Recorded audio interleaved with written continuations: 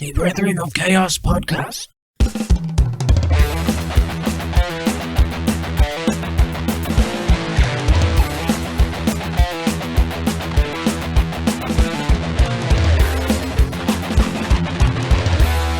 Hello and welcome back to the next episode.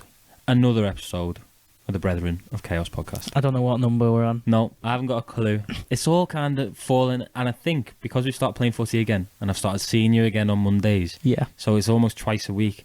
Like I feel like we did an episode already this week.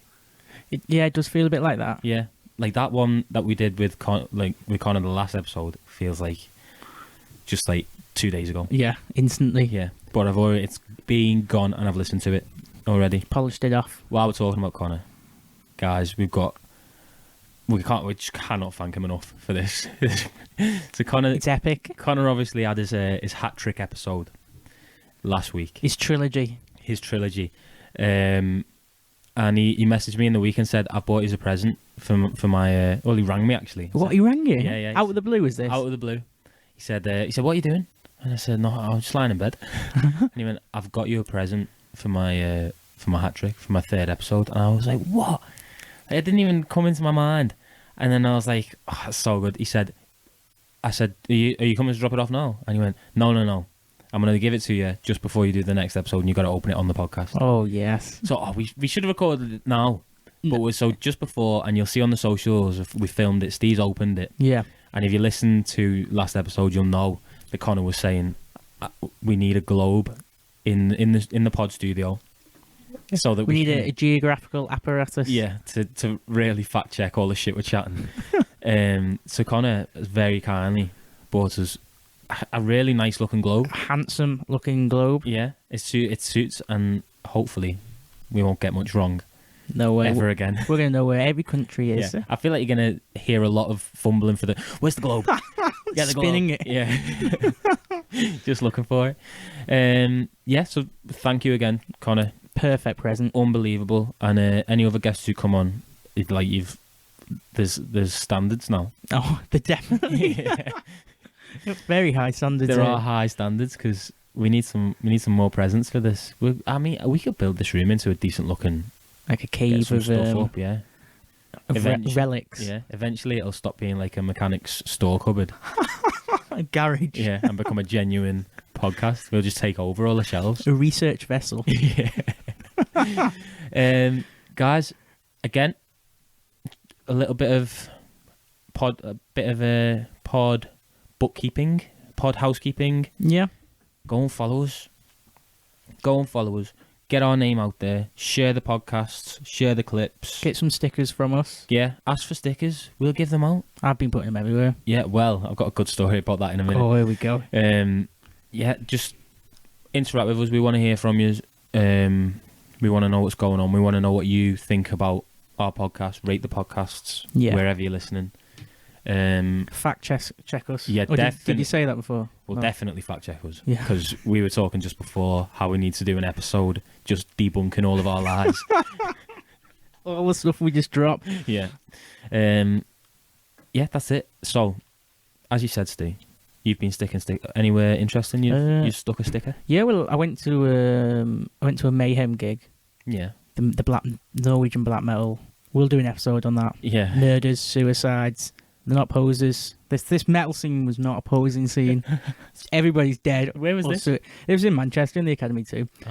But obviously, so it was a night out in Manchester. Yeah. So you took some stickers. Pocket full of stickers. See, bang, bang, bang, just everywhere. I always take a couple of stickers out with me. Yeah. And I can genuinely, honestly say I've not I went to fucking a different country with stickers and forgot to stick them. You're coming back with more stickers. Exactly, yeah. Yes, that's where you want. Yeah. You go to some nice bars. Went to a few metal bars, so there'll be a few goths that's where tuning you in, want them. I presume. That's where you want our stickers. That's going to instantly tweak some interest as well. Seeing a fucking baseball bat with nails in it, Brethren of Chaos podcast. What the fuck's this? Yeah. What are these chatting about? Yeah, someone's gonna look for us. My story is... Go on, yeah. So, and I've got a video of this. Me and Connor were on our way back from the podcast last week. Yeah. and we were stopped at the traffic lights, and like those like luminous bollards Oh yeah. in the middle of like the road. Oh, like the white box Yeah, things. yeah. Connor's run over, got out the driver's side at the red traffic light, Yeah. run over and stuck a sticker on it. Wait, whereabouts is this? On Windle Island. On the window line? Yeah, I'm gonna go past on my way home. No way. and What see the if it's still fuck? there. So everybody who's pulling up at those red lights Is going. What is that little? Is that? What's that? Brethren of Chaos. podcast. What the? Now that. What the fuck? That's That's ridiculous. some serious advertising. That's proper good. That. So Yeah. he's giving us globes and fucking jumping out with red lights. Yeah. Sticking. He loves the pod. Fucking hell, Connor. Yeah, and he said that he said I listened to last week's, and to hear Connor say he just loves being in this little room with his headphones on. It's class. Well, he'll definitely be back. Don't 100%, worry. Yeah, yeah. He's a famous guest. Gets some good listens as well. Oh yeah. He does. Right. Anything? How have you been, Steve? Since we played footy again. That was a bit. I mean, I think the standard last week was too high. And it couldn't be maintained. No. Well, for my team, it could have. Yeah, you were all right. Yeah, but We didn't have any problems. I don't know but- what happened to me. I couldn't run. Yeah, I think you just felt a bit slow. Yeah, I felt slow. I felt heavy. felt like you Did just you? weren't Sort of turned on. sluggish, Yeah. I don't know what it was. I don't know whether it was. I genuinely think last week's I was that excited, that revved up to play footy. It just fucking exploded. Yeah, you blasted it. Yeah. You win over With this week. the edge. And I ran further, like on my watch. I ran Yeah. further this week This than I one? did last week, which doesn't make much sense. But I was running the channels like yeah, Michael yeah, Antonio. flying down. I think what I was saying though, I think our team played quite good. Yeah. I think we caught on.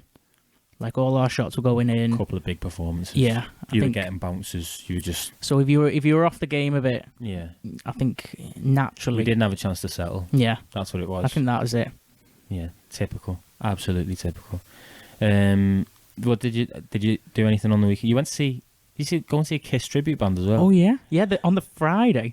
So the Matt who I play, and we'll have him on the podcast. Yeah. Is it? His dad's just joined a Kiss tribute. Joined band. Yeah, the Kiss because he plays drums, but it's not. They don't dress up with anything or anything like that. No But Star Child. None of that stuff. I wish though. But that was quite surreal actually. Like Oh, I can it was in a proper like rock pub. You know, like type pubs where like everybody in there Yeah. owns a Harley Davidson. It's like that type of Like a vibe. biker bar. Yeah, literally. And it was in like Earlstown or something. I was Was it? like, Yeah. how the fuck am I never heard of this place? And just listen to Kiss. Yeah. Like solid was classic it rock. good? Yeah. Oh yeah. It was just solid rock for 2 hours. I like a tribute band sometimes. More than someone who's just going to play a variety of songs. Yeah, yeah. Something about like a tribute band, isn't there? It's Where you just home in on just Especially the when- catalogue of yeah. fucking Kiss. I went to watch an ABBA tribute band once, and they Now that all looked like ABBA as well. It was like see ABBA are like peak level music. yeah. Of all bands you can go and watch Yeah. to cover. It's perfect, isn't it? It's just what you want. That's what you want. Just what you're looking for. Anything else? Have you done any sprinting? No, I was gonna go. What's going on, Steve? Because you didn't last week, did you? I did, yeah. Oh no, did I? No. Yeah, I did. Or did you? Rivington Pike. Oh, you did it on the midweek one, didn't you? Yeah. Ah, 17k, 16k decent. this week. How was that, Rivington Pike? Because I think I've walked Rivington Pike. Yeah, it's all right. I went up from the car park bit, Mhm. sprinted right up. Then you get to the top of that Shirts tower. off. I did at one point, yeah. Yeah. After I got to the tower, went on it's like the moors at the back, isn't it? Yeah. They just go fucking miles. Was it warm as well? Oh yeah, and there's nobody around. Just took my t-shirt off, sprinting around. Yeah. But I was trying to do 20k. Do you just track it? Yeah, but I don't look. I don't follow a route or time it or anything. You're just I trying to just- get to the number. Yeah, and I don't even look at the number until towards the end. Could you not just run in circles? Well, I could, yeah. But you don't. But I'm not bothered really. I'm not Yeah. bothered about any numbers. I'm just running. Yeah. But I tried to do 20k. It's like me in the podcast, that. Not bothered about any numbers. Yeah, not about that Just- facts. Just talking. Yeah. Don't care about the data. No, it doesn't matter. But yeah, they only did 16k. What the problem is, what I've realised in many of these runs, is you hit a point around 16k because I keep doing 16k runs. Yeah. Any further, and you're going too far out of like the vicinity. You not just run back? I could do, but it's just a straight line, then, isn't it? Yeah. I'm just running for a bit and then running back. 16k out and a 16k back. No, that would be ridiculous. But I might go tomorrow. I was going to go to the lakes tomorrow Yeah. and sleep over. Nice. Or You could take your little tent. I'm going to sleep in my car, Oh. fully kitted up. Well, I'm stuck between deciding tomorrow morning, do I drive down to Paris Oh, shit. or do I just drive to the lakes? Oh, that is a tough decision. What do I do, Cal? I don't know. Well, you'd have to set off tomorrow morning, yeah. You would in your little car. Yeah, going 50 down the motorway, all the way to Paris. No, it's Paris. Should have set off last week. I know, yeah. No, I don't know. I'm taking Joe to the airport on Friday. Oh, Joe and yeah. his dad. I'm obviously not going. No, you don't fancy it, do you? No, not for me, that really. Not with a Madrid top on? No, no. Madrid Ultras? Go to Paris all the way for that, no. No, I think the lakes is nice though, isn't it? It is, yeah. I want to... On my own, Yeah, just relaxing. just chill out completely. Run around, then just sit in the car. Just draw. No, you got to take your tent Do you know? to be out there. But it's easy. But then with a tent, though, you have to you either have to pay, not pay, but you have to find a tent camping place, or you have to go and find a wild camping bit, don't you? Yeah, that's what you do. It's better just pulling up. Are you allowed to, you're not allowed to sleep in your car, are you, in this country? I think so. I think you can in the lake. There's loads of places. I've got the bet. You know what? I'll take you. Yeah. I'll take you to this place I found. I'm not sleeping in your car. You'll have to. We'll tow your car. Yeah. Yeah. No, that sounds like a good idea. I think I'd rather go to the lakes than Paris. Then watch But Liverpool. I'm not a Liverpool fan. Yeah. Whereas you are. Yeah. What am I did? I didn't do anything this weekend. I went to the Relaxing. Everton game last Thursday. Oh, I heard a few people have told me to pull you up on that, Carl, Why? on the podcast. What have I done? Well, it's not me saying it, Yeah. but some people are questioning whether you should be celebrating What? No. getting What? nearly getting- Staying in the Premier League. Why shouldn't you? It's not like. Why shouldn't I celebrate staying in the Premier League? What should I do? Yeah, you got a point there. Because it's not like we've been close to winning the league. Yeah, I think staying in the Premier League for us. I think the way it's happened. Who said that to you? Tell Give me some names. I think you can guess. Yeah.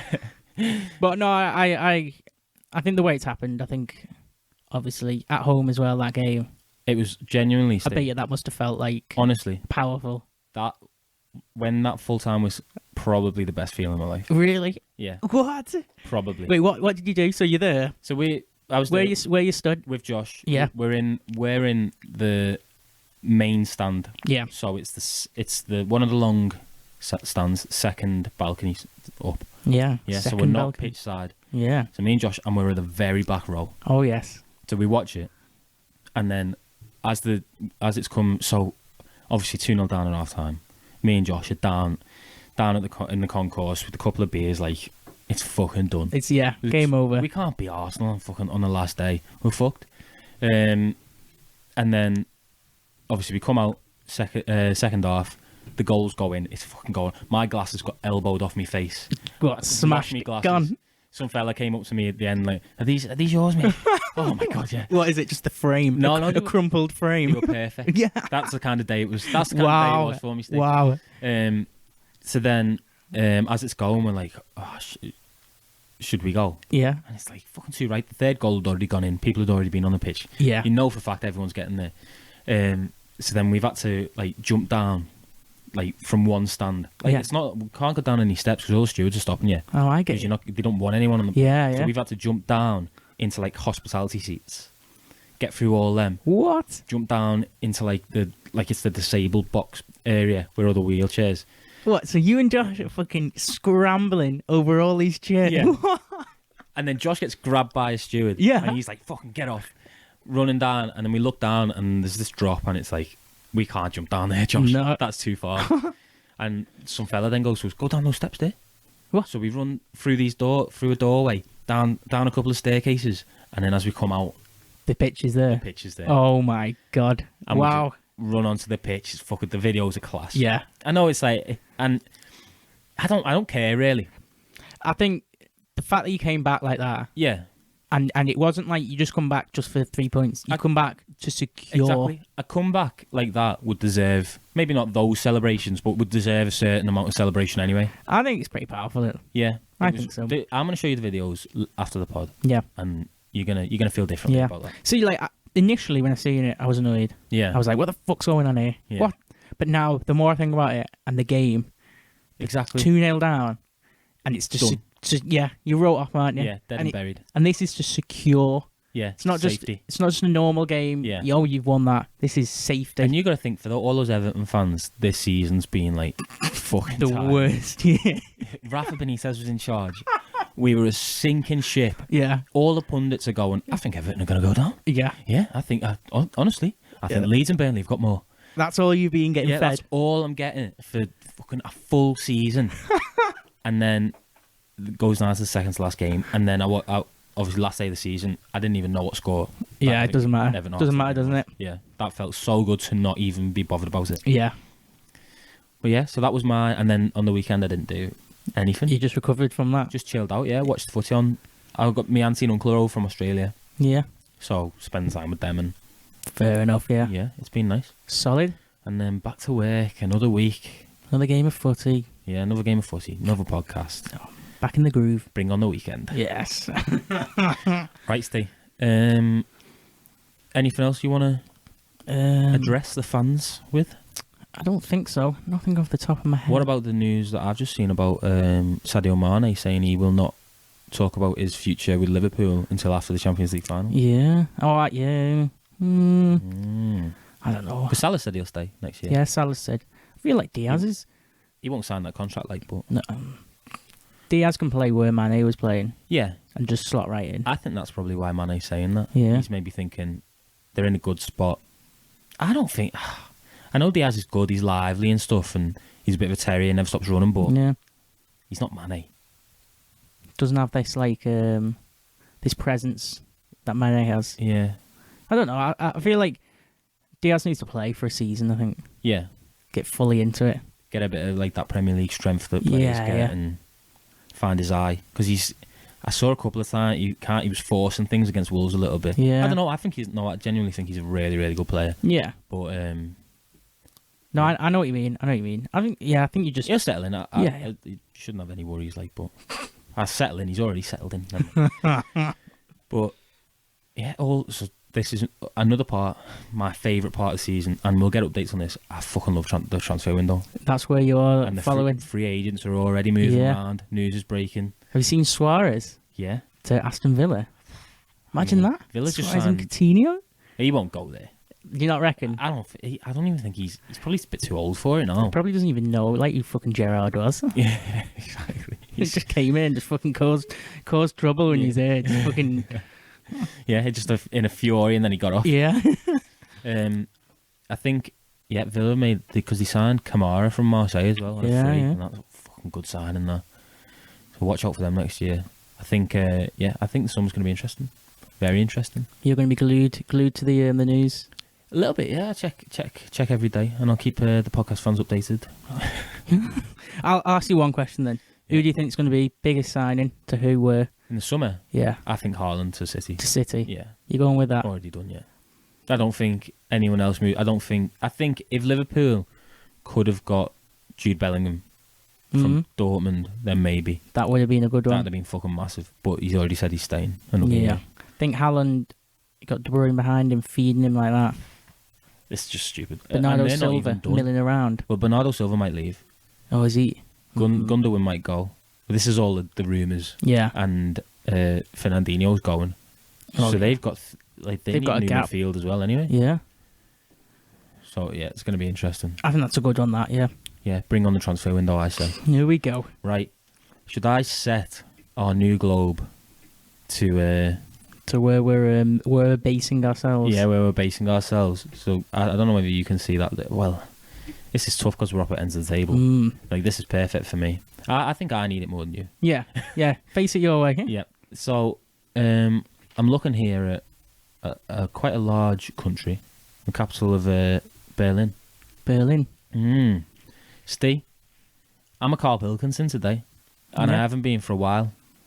and I'm very, very much looking forward to it. Guys, today, you introduced it, Steve, because you had the little title for it, didn't you? Oh yeah. What did I say? I can't remember. Oh fuck! Wait, It was so basically, Cal said to do the Nazi generals, all the mad Nazi generals. we wanted to just squeeze because I know you already know so much about this. Already read loads of books about it. Yeah.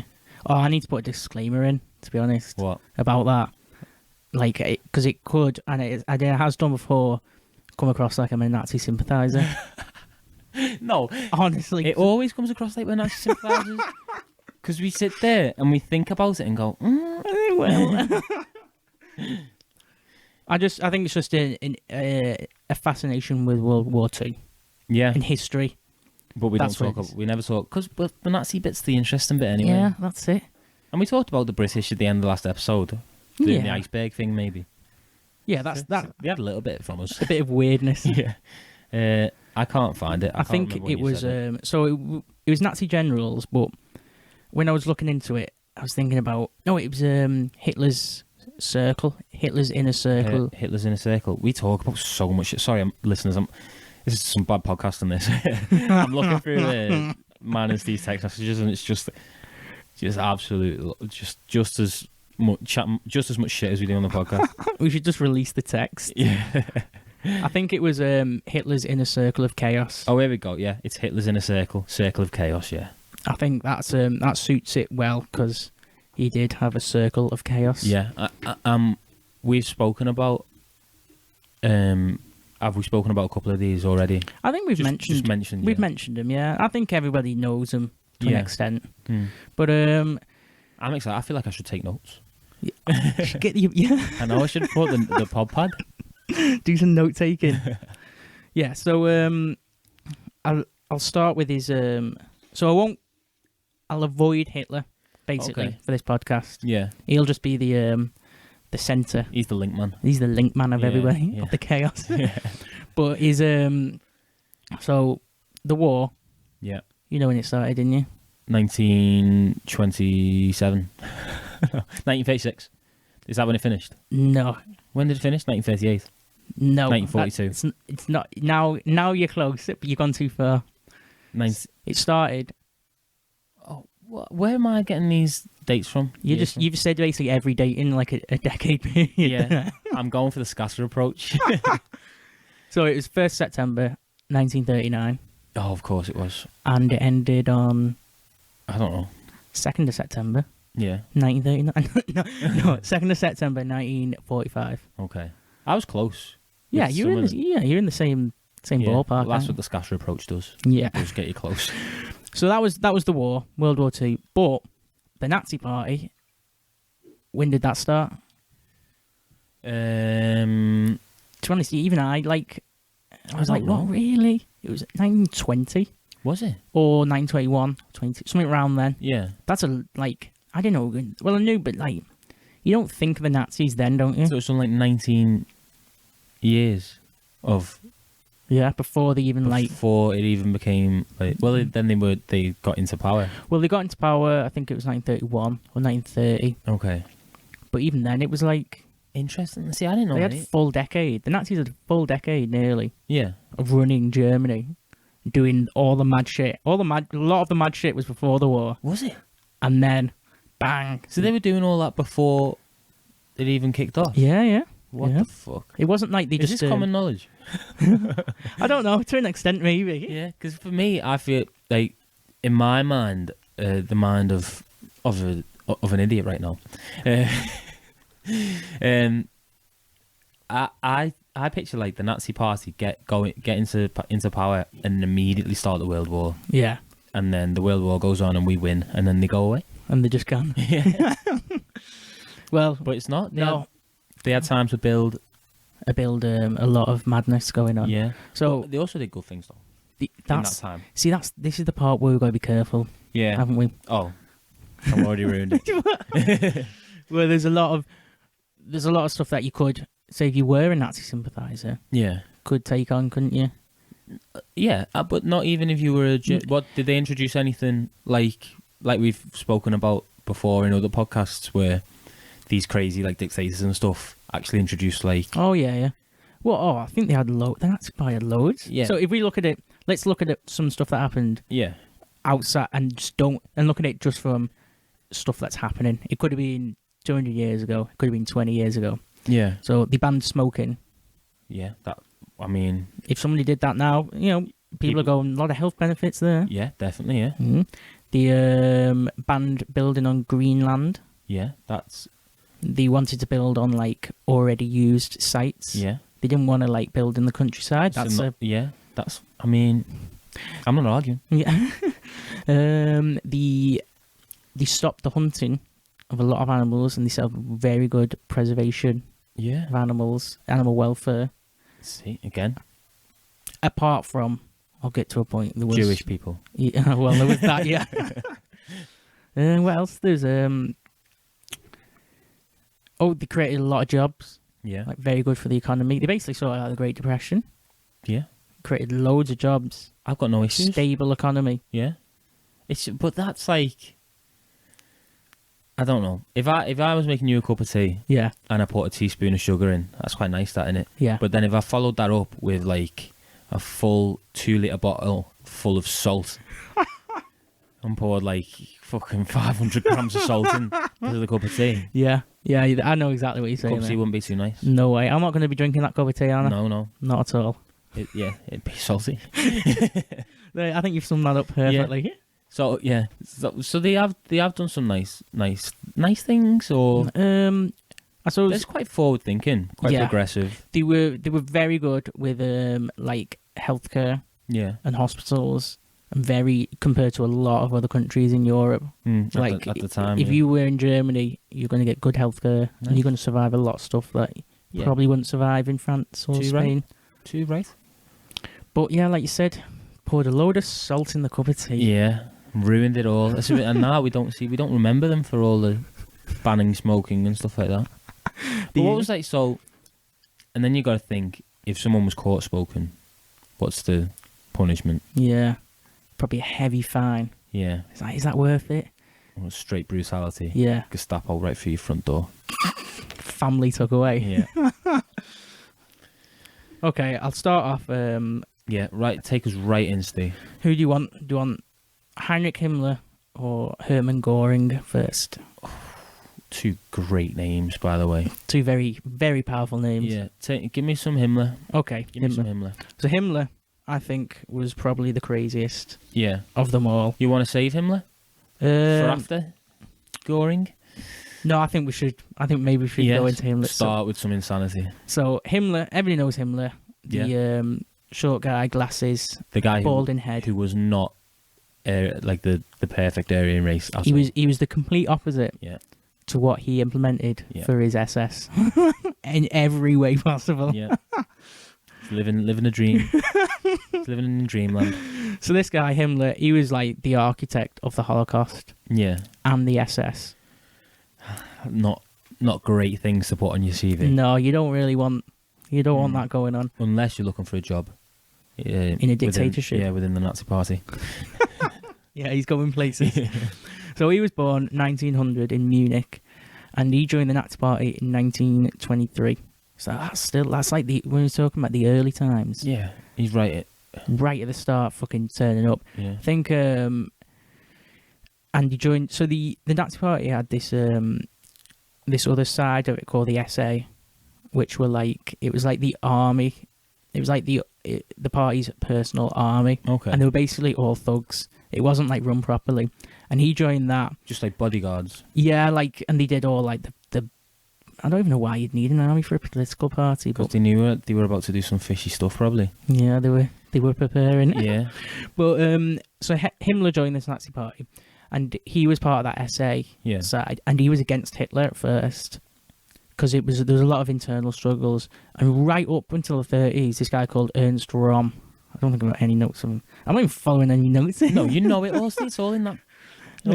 On your head. So this guy Ernst Röhm, he's fucking dodgy guy as well. Yeah. You don't need to get a picture up, but the viewers, I mean the listeners, Yeah. want to look at him. He looks like a bad guy. You don't want to cross him in the street. No. Face full of scars, Is he? Yeah. built like a brick shit house. Fuck. But he, I'm gonna have to look at a picture while you're talking. you go after it. So, so he was like one of the oppositions to Hitler within this party throughout the 20s up to the 30s, and we'll get to later onto him. He was famous incident called the Night of the Long Knives. Yeah. He was involved in that, but Couple of he's fucked in. he looks like a dodgy guy. He does look pretty scary. Yeah. He's up to no good. Yeah.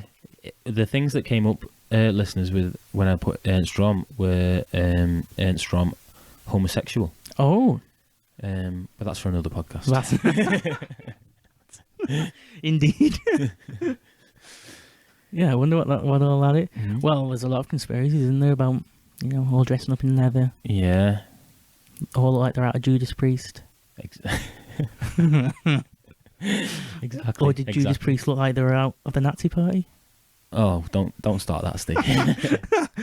Yeah. So and then so Himmler was initially against Hitler, and Hitler went to when Hitler went to prison, they had the Beer Hall Putsch, it was called. Yeah. Which was like a mini coup in Bavaria in the 20s, and Hitler went to prison for a bit because he was the leader of the Nazi Party at the time. And when he was in prison, a lot of other people, I think that Ernst Röhm and everybody, came up and were like, "Right, we're taking over this Nazi Party," and that's where Himmler joined in. That was when Hitler was in prison. That's when he wrote Mein Kampf.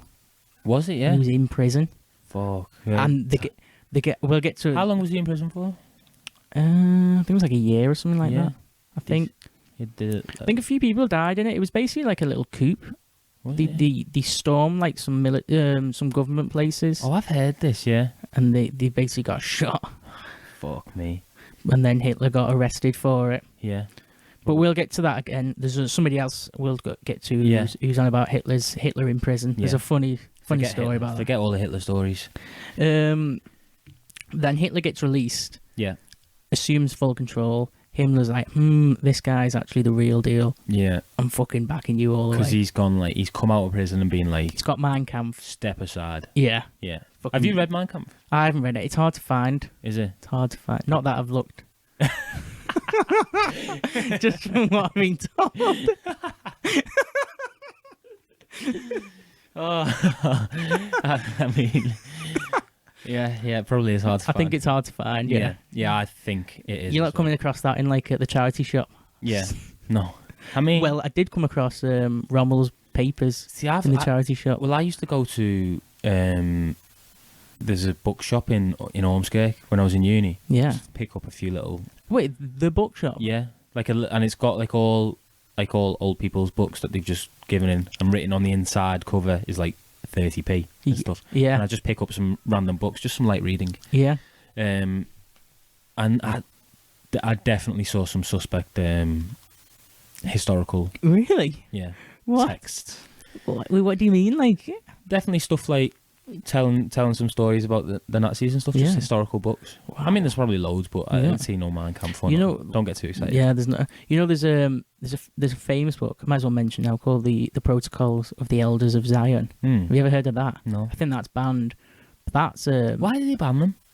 I don't know. I think this book was written well before the Nazi Party, and it's where like so basically like before the Nazi Party there was the Thule Yeah. Society, and I think they got a lot of their ideology from this Protocols of Elders of Zion, and it's supposed to be really like solid, not facts because I think it's been debunked, but it's really like if you read it you're like, You oh believe it? shit, this is like speaking sense. But it's basically about saying how the Jews like run the world and run the banks and everything. Oh, and like a say big it- conspiracy thing. yeah, Oh my like God. full against the Jewish people and how all the problems in society Because they lead back to the Jewish people. all go back to it. That's one book that year. Fucking hell. That's but all the Nazis read that, and that's where they got loads of their ideology from. Yeah, they were tricked. Yeah. Who wrote that? You? I can't remember. I think it was in the 1800s. Hmm. The Protocols of the Elders of Zion. It's definitely banned, but I think it's like being debunked. Now like historians have looked at it and said like, oh, this isn't actually true. Yeah. The facts are like, well, they probably all are distorted, aren't they? When you look at like fucking that type of 100%. They're not like just putting spreadsheets up of pure data. No. Yeah. They're not backing anything up, are they? So, like, with solid info. So Himmler, Hitler gets out. Himmler's like, right, I'm following you. He set up the SS in 1930 as like a side group of this SA, which Himmler did, yeah. Wanted it to be like a bit of not an army, but like a group of people who could operate on their own and do their own things. Like a police. Yeah, a bit like that. And Hitler was like, oh, that's a good idea. And they had like, so in 1933, 52,000 people applied for the SS. Bloody hell. So that's a good number, that. Yeah. Imagine that in like Berlin, in Why? the city. I think it was just like the elite of the army. Yeah. It's basically like joining like the Marines or something. Yeah, joining the SAS. Yeah. Just add an A. Yeah. So Himmler's main dude was Reinhard Heydrich. Yeah. This guy, if you Google him, if people look at him, he is the pinnacle of a Nazi. With that name as well. Reinhard Heydrich. Fucking hell. And he was... I feel like we've heard of it. I feel like I've heard of him before. I've heard that name. He got assassinated him. So he basically... Reinhard Heydrich... I haven't got any notes on this bit. Yeah. I'm going to have to go off my head. But Reinhard Heydrich was part of the Einsatzgruppen, which was like a mobile death squad. When this is like well ahead. I'm jumping ahead. Later, yeah. It was like before they started setting up the proper prison camps, for killing people. Sorry, mobile death squad. That's what it's called. This guy was traveling around like fucking Poland and the Eastern Front. Yeah. And he was doing all the killings in the villages. Oh my god. That was him. But that was all through the SS under Himmler. The Einsatzgruppen. That's how heavy is that, a mobile death squad? He got as well. He got assassinated. I think it was by British intelligence people. It linked back to them. They like blew up his car and shot him. Yeah. In like a town somewhere in like I don't know, Austria or one of them. Maybe he was doing some death squadding. Yeah, and they found out that the people who assassinated him was like were helped by a few people in this town, and the Nazis were like that pissed off. Actually, have I wrote it down? I don't think I have. They were that pissed off. They just leveled the village. They just flattened it. Yeah, they just killed everybody. Fucking slaughtered them all and just leveled it. What the fuck? Oh my god! This is like in the middle of a war as well. They're just like going out of the way, just like. So he was pretty big. Yeah, Reinhard Heydrich was pretty big. He was Himmler's like fucking his left hand man. Yeah, doing all his fucking the solid leading the SS. Yeah. So Himmler had created this faction.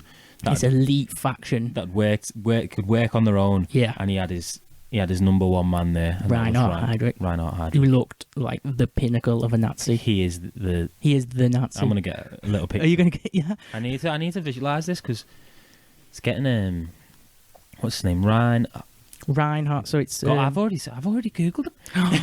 There we go. Yeah. That is a Nazi. Jesus Christ. Can you picture him in like fucking Hugo Boss? Yeah, definitely. Oh my god. So he was Himmler's fucking little boy. So Himmler also, as well as the SS, he ran a load of different stuff like the race and settlement main office for like the SS, and it was like implementing racial policies and racial integrity and all that within the SS. Yeah. He basically said like if you're in the SS, you have to. It was like an SS person and the wife both have to prove their lineage back to 1800 that they were Aryan before they could get married. The way. Yeah. Oh my god. I suppose it wasn't that far if you think. It's only just over 100 years, isn't it? Yeah. But it's still like... Anything could happen in that time though. Yeah. Be 100% Aryan to join the SS. You and your wife. Well, that's to marry. Oh. That's to... If you wanted to marry somebody, you have to go to this office. Yeah. With this girl that you want to marry. But provide the papers. But you had to prove that you were complete, like... 100%. And if not, they're like... No, can't be married. No. Even if even if one of them was 100% Aryan. Yeah, and the other wasn't, because they just wanted their offspring to be pure Aryan. And did all the people in the SS have to be? They had to do that, but then they said they got found. A lot of people got found out by doing the marriage things as well. They got into the SS, passed all the tests, Aryan, and then when they went to get married, and like showed the lineage and got caught out. It was like, you're gone. You're not part of the SS. Unbelievable. Yeah, so Himmler was doing all that sort of shit. And in 1933, he set up Dachau. Yeah. So 1933, what's that? 6 years, even before the war. Yeah. Dachau was set up. Ready to go. But it wasn't... What was it? Yeah. It was more of like a prison. You know, like where the prisoners would work. Yeah. It wasn't like concentration camp. But he set that up. And that's like... I didn't know it was that early, man. It's 1933. Dachau was a big one as well, wasn't it? Been around for a long time. Fucking hell. I don't know, like... They obviously got the... I don't know the numbers off the top of my head. How many people died in the war. Then go back 6 years. Yeah. All the people coming in and out. It was just... A lot of faces in there. Yeah, just a normal prison. Yeah. Well, it can't have been that normal, like, but... Political prisoners and all that. Yeah. Yeah. So that was 1933. 1934, Himmler gained control of the Gestapo Yeah. from Rudolf Diels. Now, the Gestapo was created by Göring, which we'll get to in the other side. He created that. Yeah. But he had... the Gestapo, what's the difference between the Gestapo and the SS? So the SS is like very... I think that was... The SS were covering a lot of different stuff, you know, like killings and like... So you've got the Nazi Party, Yeah. you've already got the SA. I think by this time the SA was disbanded. Yeah, so they just had the SS underneath them. Yeah. As well as the normal army. Yeah. Yeah.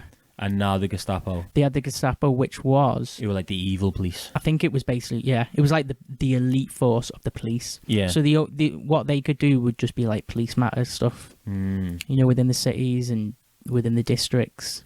I don't think they were doing political stuff and, you know, all that shit. So the SS are dealing with almost like the beginning of the war, like war yeah, stuff. and Working policies. more with and- the army. Yeah, doing all that Whereas shit. the Gestapo are on the streets dealing Yeah, with all the fucking German people. Beating up people for smoking. Yeah. Fuck me. Fucking wiretapping everybody's houses. Like fucking prefects. Yeah.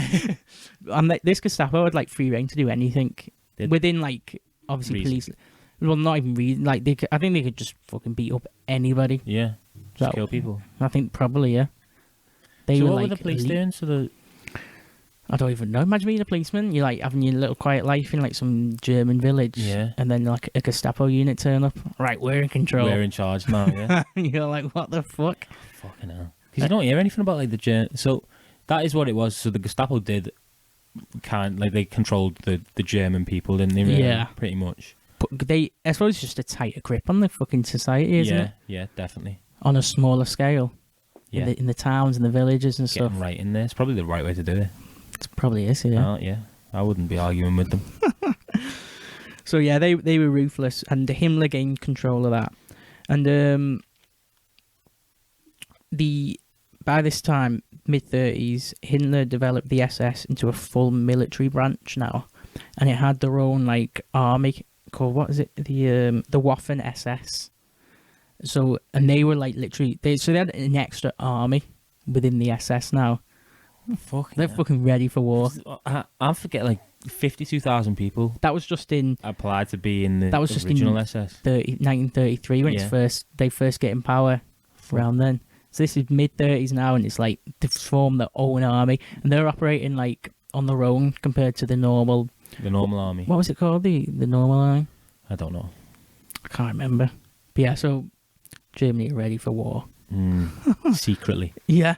Well, you know what they did as well? Oh, I'll get to it in the other thing. They did a lot of stuff in secret. Oh, Um, I'm excited. and Himmler, so as a person, he was like completely anti-Semitic, and he was very anti-religious.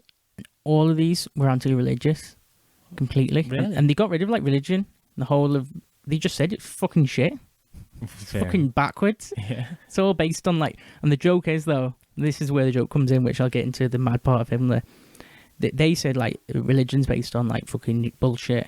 But then Himmler was massive into like the occult and mysticism and black magic. Was he? Yeah. Which I'll get into now.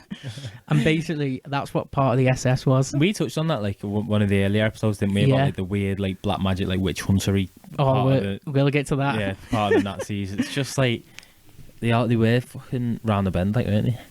So, okay, we'll get to Himmler.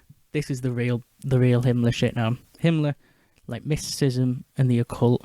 So Himmler, he was absolutely obsessed with medieval stories and medieval, like, basically like mythology. and all that shit. He even thought he was a reincarnation of a knight, a medieval knight. What is it? Is this like German myths though? Like I think so, yeah. Yeah, German knights' tales. A lot of it is like made from Wagner, Richard Wagner. Was it? He did this massive opera based on German mythology, and even the Thule Society that I was saying before. Yeah. They loved Wagner. They took a lot of his stuff from his operas. From his stories. Yeah. And these like German fucking... It's based like Norse mythology in a way, isn't it? Yeah. All that European... That's what pushes you forward. Mhm. Yeah, it is. We spoke about that with Vikings, didn't we? How that, the connection with the Norse mythology and the stories and that and the gods and all these great epic stories. Yeah. That's what pushed these people forward. Fucking made them flying. So if these idiots are into all that stuff as well. Oh, I'm fucking deep into it. Well... So Himmler thought he was a reincarnation of a knight, a famous knight in one of the stories from like 1,000 years ago, who like defeated some in this big battle. And he had this massive castle called Wewelsburg Castle, which he purchased at the start of the war.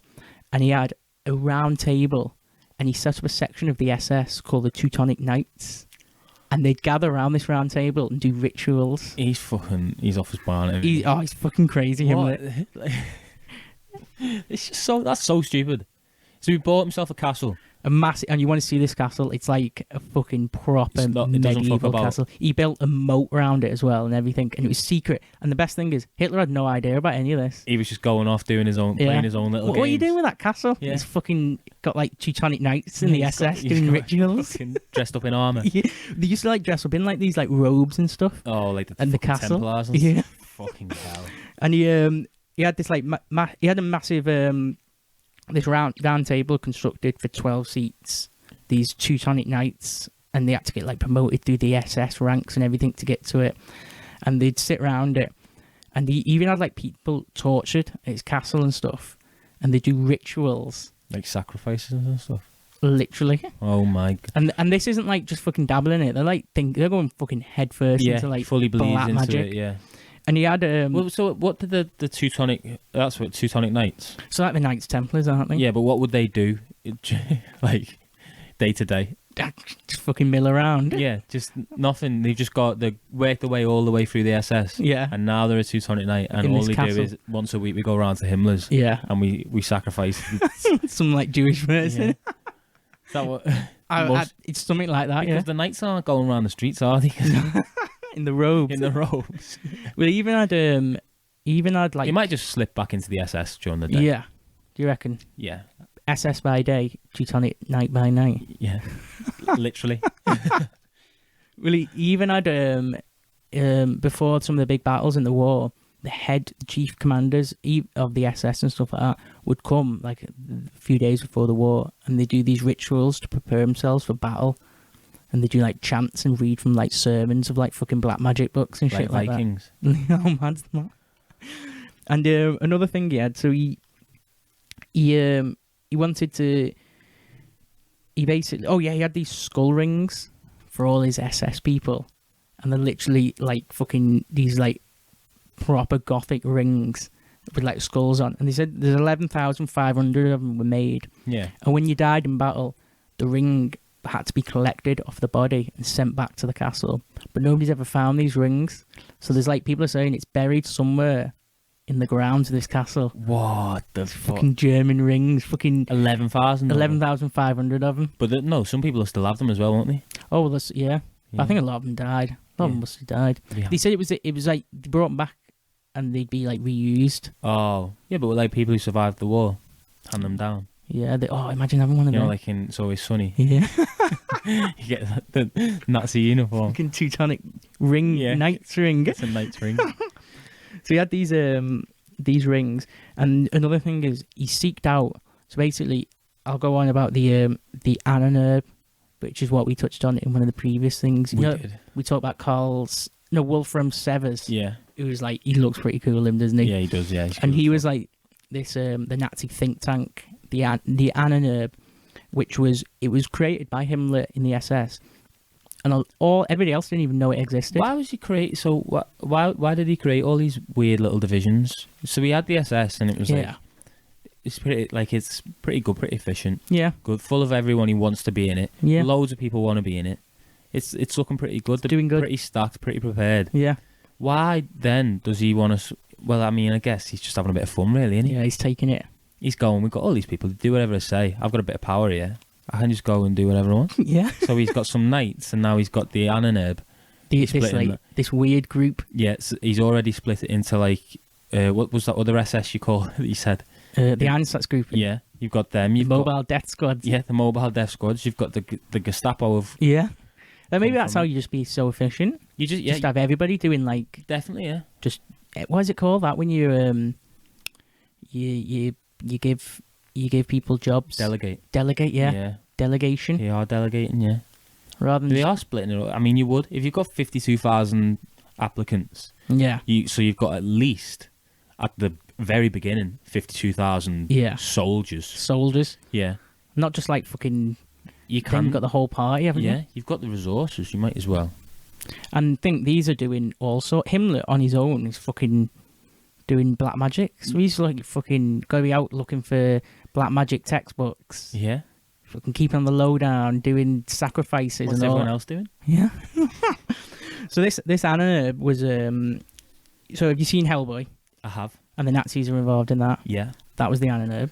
Oh, okay. You got Indiana Jones. Yeah. The Nazis looking for the Holy Grail. Himmler, that's Himmler's Anna. They were actually looking for the Holy Grail. Captain America. So he didn't believe in. I know that's where it goes into. That's the joke I'd say. He didn't believe in religion. He said it was all bullshit. But Yet he he's obsessed believed with into all all this this. like black magic and fucking Holy Grail. He sent this Anurb off doing like loads of expeditions throughout the 30s, looking for the Holy Grail. Thor's hammer. There's loads of relics that they've like. They go through the papers and see these expeditions. Yeah. Fucking go into like the Himalayas. They're like a group of like SS Nazis. What the fuck? Imagine like just being in the pub That's and like you're in the middle of nowhere, fucking farming in your pub, Yeah. and these like SS people come in on an expedition, looking for Thor's hammer. asking stories. You get stuck with them all night drinking. Because they're not like out to kill anyone, are they? No, they're They're just they're like genuinely- scientists. They're basically on the side. I think like that wolf from Savers. I think he didn't get arrested or anything after the war. Because they weren't doing anything bad. They were just It was science. It was basically all science. going on little journeys, little Yeah. adventures. They had the witch division Yeah. in the Ananurb, which would Go witch hunting. yeah, they'd follow up on stories all over Europe about witches. I bet that that would have been pretty big as well. All those witch stories. Oh yeah, in like Romania and all Yeah. around there. Don't get much anymore, do you? No, they had so they had loads of Holy Grail expeditions. They had the werewolf research, I remember. Yeah, I remember you telling me about that one. fucking As well. hunting werewolves. Imagine like the scene It doesn't like at night in like fucking Estonian woods, Yeah. and you got some like fucking SS Nazis trying to hunt a werewolf down, Fucking hell. and it's like actually happened. It doesn't make any sense though. It's like the way just that he was just a madman. Was he? He was like Yeah. a little boy, Yeah. like a kid. He was just being like, Just like fucking believing in everything and just going for it. yeah, They try and open like portals, which is Hellboy. yeah. So Hellboy, they opened a portal to hell, didn't they? They And did, yeah. Fucking, With the fucking this secret. He was secret as well. I don't think Hitler knew about it no, because the SS. or he wasn't even bothered. Yeah, he's just like fuck that. Do what you want. Fuck off. Do your weird shit. But this SS and everything was just run. Himmler was just running it on his own side thing, doing all this weird shit. So Himmler, full on doing all this like fucking weird occultist, and he was doing that all through the war as well. And he eventually set up all the and pushed for going out of the occultism. Now he set up and pushed for all the concentration camps. I've got some notes because he did have that Nazi hatred, like that hatred, Yeah. like the anti-Semitism. Yeah. Actually, I don't. Yeah. Deep down, it was always there. No matter what he's doing. Yeah. He Hunting knows- fucking witches. Yeah, he knows his job is this Aryan race, doesn't he? at the Yeah. end of the day? So in his spare time, when he's sacrificing fucking babies in his castle, Yeah. and he's sending off the fucking squad to go and catch a werewolf, he knows when it comes to 8 o'clock Monday morning. Yeah, I've got to be back on the anti-Semitism. Yeah, I've got to go to Dachau. Yeah, I've got to get back to Dachau. Adolf's got me to do this already. I think that's exactly how it would have been, you know. Yeah. It's just his weekends. He's a hobbyist. Black magic hobbyist. Yeah. Doing rituals and then fucking waking up with a hangover. His robe's like on the side of the bed. Yeah. He's trying to get like his fucking SS uniform back on. Oh, fucking hell. Some weekend that. Oh. So yeah, so his week job, Yeah. as we should put it, was throughout the big bunch of the war was the Holocaust and doing all the gas chambers. He was the one who I think it was 1942. He ordered what is it, the big one, Auschwitz. To be made into A concentration camp. Yeah, with the Zyklone B. That was the gas that they used. Was it? Yeah. Zyklone B. Yeah. Pretty dark stuff. So that's Himmler for you. Yeah. So he's still a really. Oh, his death is funny. I'll just go on his death. Oh. So after the war, Hitler killed himself with a bunker, all that. Yeah. Oh, did he? Oh, well, there's that. Yeah. That's We'll an save that episode. for the Adolf Hitler. Yeah, the Hitler podcast.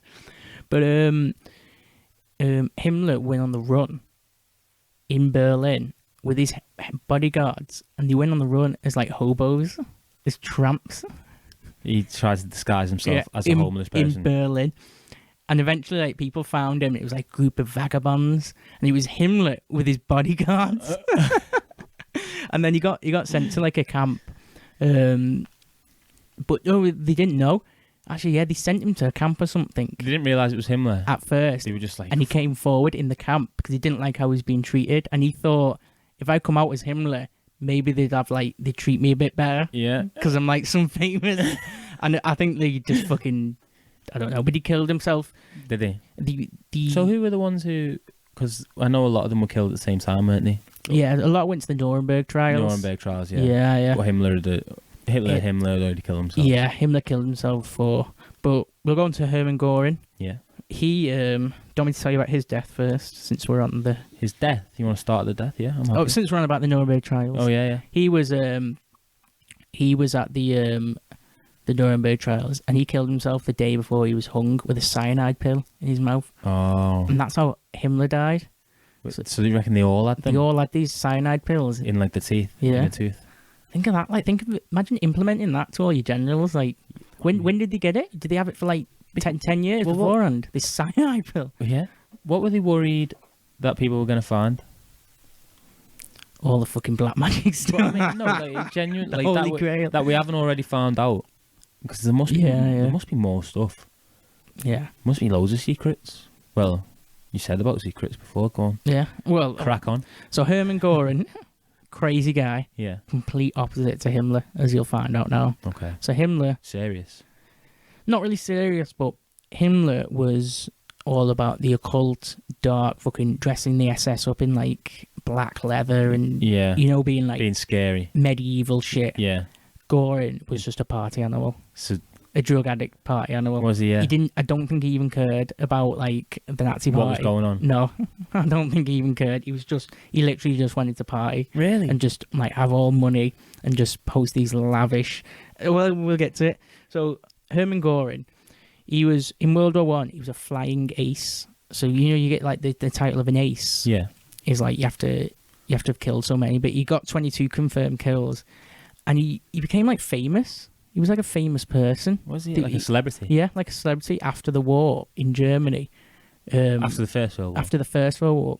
And like, he was like on like posters and everything. You know, like, they even had like, from what I was looking at, they had like playing cards of people from World War One. Yeah, like the famous, like the best soldiers. Yeah, and he was on one. On them. He was like sought after one. Fucking hell. And he loved that. Like match attacks. Yeah. I think it was something like that. Yeah, like fucking hell. So he joins. So he gets injured actually in World War One, and he has morphine, and he gets addicted to a little bit. He has a taste of it. And is it opium? I think morphine. It is. Yeah. An opioid. Like heroin. Yeah. That's the way to go. Heroin overdose. Heroin. I think if I had like a couple of weeks to live, I'd just spend one of those weeks. Yeah, on heroin. Souped up. Yeah. Definitely. Like train spotting. Yeah. Some morphine. So we got Herman Goring, flying ace. He after World War One, the Germany lose the war and all that. He's like depressed, but he's famous. He's like trying to take in all this fame, but he's depressed because like, well, the Germany's lost, and it's like, oh, all this work I've done, yeah, led to nothing. What do I do now? Yeah. I'm kind of famous for this war thing, but like I haven't really got much going on. Like scoring a hat trick in the World Cup final, but losing 4-3. Yeah, and then you go playing for like a shit team afterwards. Yeah. Then you got. So you play for Scunthorpe, and you get called up to the England squad. You get all the way to the final. You score a hat trick in the final, but we get beat 4-3 by Germany. Yeah, by Germany. And then you've got to go back to Scunthorpe. And Scunthorpe just fucking do nothing. You've injured yourself in the World Cup final, so you don't even get your big move. Yeah. That's it. That's Goring. That's the story. Do you know what? I'm here all week. Yeah. So he eventually finds the Nazi Party, 1922, and he's like, something's going on here. Can I get in? Can I see what I can do here? Is this going to fulfill me? And Hitler liked him because of his fame, and he had a bit of like, because he liked to mill around with the rich people, so Hitler was like, you might be useful. Yeah, I could use you. Yeah. So he let him join the Nazi Party. The funniest thing was Goring had a Jewish godfather who he grew up with, who basically gave him, like, 'cause he was from a rich background, gave him all the money, gave him like his flying lessons and everything. Oh my God, that just turned completely against him. How funny is that? Because he was having a midlife crisis. Yeah. So he joins the Nazi Party, and he does. So he was part of, that coup that I was saying about. He was part of that. Goring was involved in that as well, and he got shot in that. And then after that, he got addicted to morphine for the medication because it wasn't healing properly. So he was like, and he got badly addicted to morphine, like really bad. Was it accessible as well? Well, I mean, I think so. I think like with a man of his power. Yeah, and they're pushing all the medical. Yeah. Oh, when they found him. When they found Goring at the end of the war before they sent to the Nuremberg trials, I think they found him in Berlin as well, just milling around as like they're trying to hide amongst the crowds. He had like a suitcase, and in his suitcase was just filled up with painkillers. Was it? It was nothing else. Just like think of a big suitcase just full of painkillers. Fuck me. Imagine like finding someone you don't know who he is or anything. Yeah. And you're going through. Let's have a look in there. You open up, it's just painkillers. You stay there. Yeah. There's something dodgy about you. You're not going anywhere, mate. Yeah. So. So he got shot and he got addicted to morphine and like other drugs. I don't know what other drugs, like painkillers and all that shit for his injury. In 1925, all the drugs. It's not taking like Gary's and that. LSD. In 1925, he got cleared from his addiction because he went to rehab. So he had a few years like bad addiction, and then he got cleared, and he was doing fine.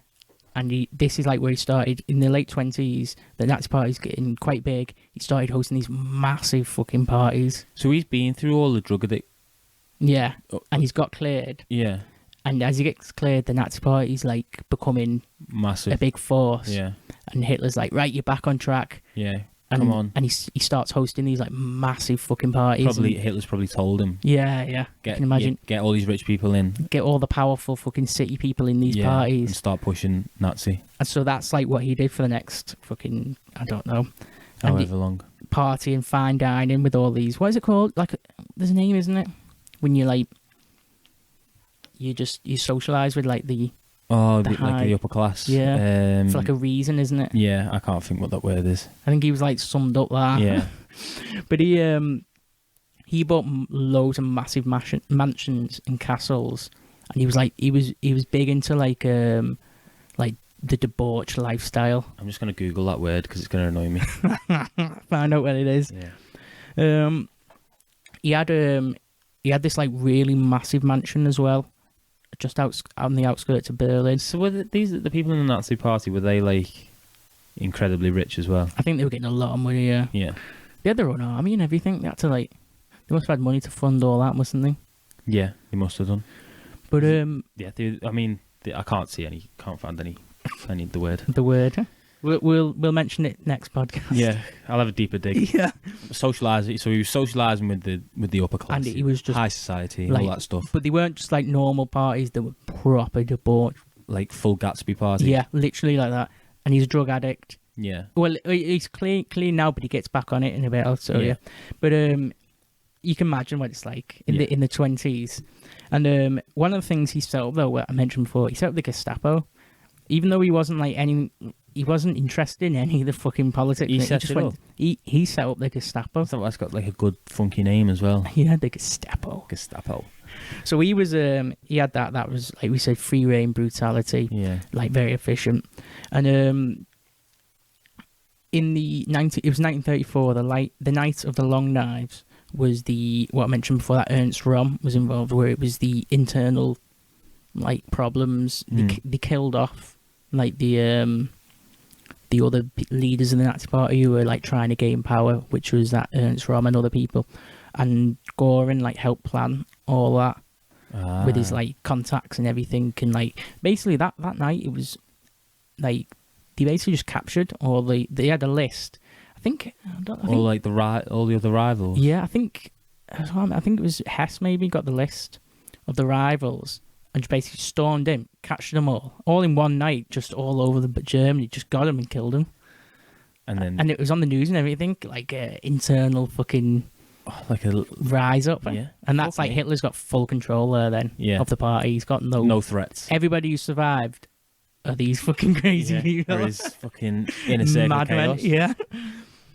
So Göring helped made that, and then in 1935, so the Treaty of Versailles, which was from World War One, which it's quite dodgy. That I can't remember the ins and out of it, but I don't think it was like.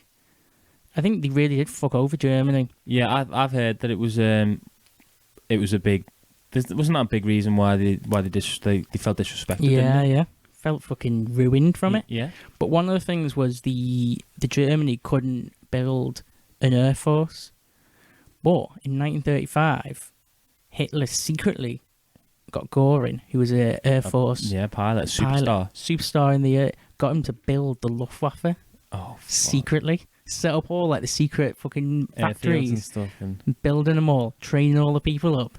The whole of the world doesn't even know. The whole of the world just thinks, "Oh, Germany, they're not allowed to have a." So the war kicks off, and we're going right. Well, at least Germany don't have an air force. And then all of a sudden, fucking Messerschmitts come flying around, and like the Luftwaffe were like the real deal. They just blew everybody out of the water. Yeah. Literally, they were designed.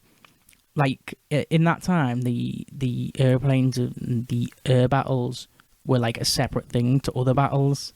You had like the battles on the ground. Yeah. They had the battles in the water. Like when we talk about like Napoleon stuff, and it's like the sea battle. There was a sea just battle, set. and then there was Whereas the Luftwaffe was designed to be integrated. Yeah. And it was like communication and like the way they attacked and they trained. Whereas you come up against like fucking the British or the French, who are like, they've either trained in the air, a separate thing, or they trained on land. But these people, the Luftwaffe are ready to. They're with the Blitzkrieg, just fucking flying in. You're like, what the? We haven't even got like any anti-aircraft guns set up or anything properly or anything. Oh, he's just taking ground troops out. Yeah, coming in. So that was like that was why the Luftwaffe was so good. Yeah. But they made the Messerschmitt 109 as well, which was like incredible. I think it just had.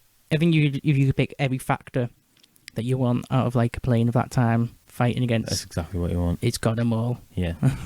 It's Göring's planes.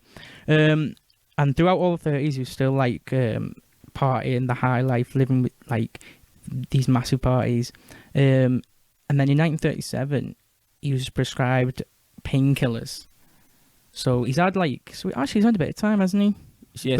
So he's like set up the Luftwaffe, the Gestapo. Yeah. He's had all that, and while he's been clean, we still having parties, and he's probably pushing the Nazi Party to all these rich people. That's how it's all these influential politics. That's the rise of the Nazi Party. Yeah. And now he gets prescribed painkillers. The war hasn't started yet. The war's not started no. yet. Okay. This is 1937, but he gets prescribed painkillers for like a toothache, and instantly he's just like bang, that's straight back on the saddle on everything. Oh my god! And you can imagine with the parties. Fucking like these castles in the middle of like fucking Austria mountains, or people turn up in like them 8-wheeler fucking Rolls Royces, and like he was just like on everything going fucking downhill. And one of the I've written this down. This was ridiculous. So he was massive on the hunting, but like preservation. You know, I said before about like so he set up these preservation. He basically took control of massive parts of forests in Germany. There's like one near Berlin, and he took control of it and like set up like the animal like preservation. It was like, and he'd do all these hunts in there and hunt. But it was like it wasn't like he was just fucking killing all the animals. It was like, you know, we mentioned before, haven't we, where it's like trophy hunting. Yeah, like trophy hunting, but you're still looking after it's the land. And like what people do now when you get what they call like a tag or something, or a ticket or whatever it is to go and get one deer. That's what it was. It wasn't like a you're free for all. Yeah, and you're probably hunting like the deer when it's like overpopulated or whatever. Yeah, or like you're only getting the old like elderly. Stuff like that. It wasn't like he was just fucking, because he was really big on like the preservation of animals and like land and the countryside, keeping the country beautiful. And he even imported like big game into Germany, into these forests to hunt them down. What the fuck? He imported like big elk and moose and like what else? I think he had like bears and stuff, wolves. Just fucking importing all these things. Yeah, just bringing stuff into like his. Think his of like forests. being in his circle. You're like partying all the time, and then you're being invited, going to these like forests. You're hunting like a fucking elephant in Germany. Like dressed up in like your fucking Calvin Klein, Hugo Boss, Adidas. Fucking Sambas on. Yeah. Another thing that he had 2 pet lions. Did he? Yeah. Actual pet lions, and you can like see videos of it and everything. So he had, so Hitler had this, what was it called? The Berghof house, which was where all the lads went. Yeah. Fucking Goebbels, Himmler. They all had like parties at this. You can see loads of footage of them. Yeah. All the wives went there as well. Had like wives weekends away in this. It was like right in the mountains. Yeah, like a secret getaway. And there's like loads of footage of him turning up with his like fucking lions and everything, and they're all sat around like a lion just fucking on the wall next to him. Fuck? It's mad. He got him. I think it was Where did he get them from? in Berlin in the zoo. The owner of the zoo wanted to like get involved with like Goring and these parties. So he said, "You can." He gave him. You can have these 2 lions If you let me. but when they get big enough, you send them back, and we'll give you 2 other ones. But he didn't. He just kept them. He's fucking too massive. Like trading. Yeah. And he said like in one of the mansions, he had this massive mansion that he built for his wife, and he said on that specific mansion, he'd let the lions roam freely. Oh. So imagine like, I don't know, fucking being a servant. Yeah, maid. And they've got these fucking lions roaming free. Oh my god. But think of like, so you can think of the Nazi party, they're all debauched. Yeah. But then one of them has got fucking pet lions. Yeah. Is that extreme? Well, how extreme is that? The fact of the he could have like Hitler had this fucking German Shepherd, didn't he? Yeah. That was his pet. Goring's got these Goring's fucking got 2 lions, fully grown as well. that were like just fucking milling around. I think they didn't get to full grown. But he had to get rid of him when his son was born. Oh, did he? Yeah, fair enough. Yeah. Oh, thank God. So like, that's just fucking. Yeah, it's he just was living a life. But the final thing about Goering, what made him even more ridiculous was he was the guy who plundered all the art. So you know, like I think he had at one collection the biggest art collection. Did he? Yeah. Of stolen. It was just all stolen from all over. He had like he had a special guy in France as well, and he just stole all the art in France. He had trains full of it, just going straight into Germany, just full. Why is he just like this? He's such an interesting. What a character. Do you reckon? Yeah. He sounds like he's like. Think of his mansions, everything at these parties, just covered in art, like all these stolen artwork, all these carvings and lions roaming around, 300-year-old paintings from like fucking Italy. He's probably got deer heads on his wall. Fucking hell! And he's tripping his balls. I don't. Yeah, they say like they always say there's a lot of the treasure. The art hasn't been found as well. They say there's bunkers full of it. Must be. People go hunting for it. Do they? There's that program, isn't there? Which follows like people going hunting. I feel like around like Europe. Yeah. For the art or treasures of Nazi just fucking hoarding Nazi all treasure these. hunters. Yeah. Fucking. But Goring was the main dude who had all the art. He had all like the Greek, the Greek statues and stuff. Yeah, he had all Sculptures. them, everything. And he said like And you just take it from wherever he wants. Yeah, just send in the army or whatever. Ask Himmler's essay. Yeah. Yeah, while you're looking for the Holy Grail in fucking Zambia. Yeah. There's a couple of busts I'd like from ancient Rome. Yeah, just bring them back, please. Could you get them on your way back? And he's hoarding all this. And I think have you ever heard there's like loads of funny stories. There's one like Brunhilde, supposed to be the best painting ever made, and it went down. Did they say Brunhilde in Inglourious Bastards? Oh, they might do. That rings a bell. Well, they say Brunhilde. Nobody's ever seen it, but it's supposed to be like the best painting ever. I think it was a medieval painting. Yeah. And they say it went down in a Nazi sub, and it's the submarine somewhere. Nobody's ever found it, but there's a sub, Nazi U-boat somewhere in the sea, at the bottom of the sea. Oh my god! With this painting on. You can imagine how many people has fucking been diving looking for that. But I can't remember off the top of my head now, but there's loads of stories like that. You know, like special artwork that's just gone face of the earth. It went missing at the same time as World War II. Yeah, it's just gone. Nuts, those fucking pesky nuts. Goring. Weird. There's no stories like that for England, is there, for Britain? Nothing like that. No one interested. Just big fucking fat Churchill eating pies and stuff, drinking loads of wine. He was just drunk, wasn't he? Yeah, fucking glutton. Bet you he was so fucking painful to be around. Yeah, but he fucking stinks, just making cigars. noises. Yeah. Oh. But he fucking did that thing, you know, like what middle-aged people do with it. They cough weird at the back of their throat. Yeah. They do like some weird, like... Middle-aged people. Yeah, literally that. That's what he does all day. And then you've got these fucking Nazi people who are doing black magic fucking dimension rituals. Yeah, looking for werewolves and fuck me. Pet lions. Pet lions. Come and see me fucking pet. Skull rings. So it's... As much as we're saying we don't sympathise with them... We are on Churchill's side. Yeah. Yeah.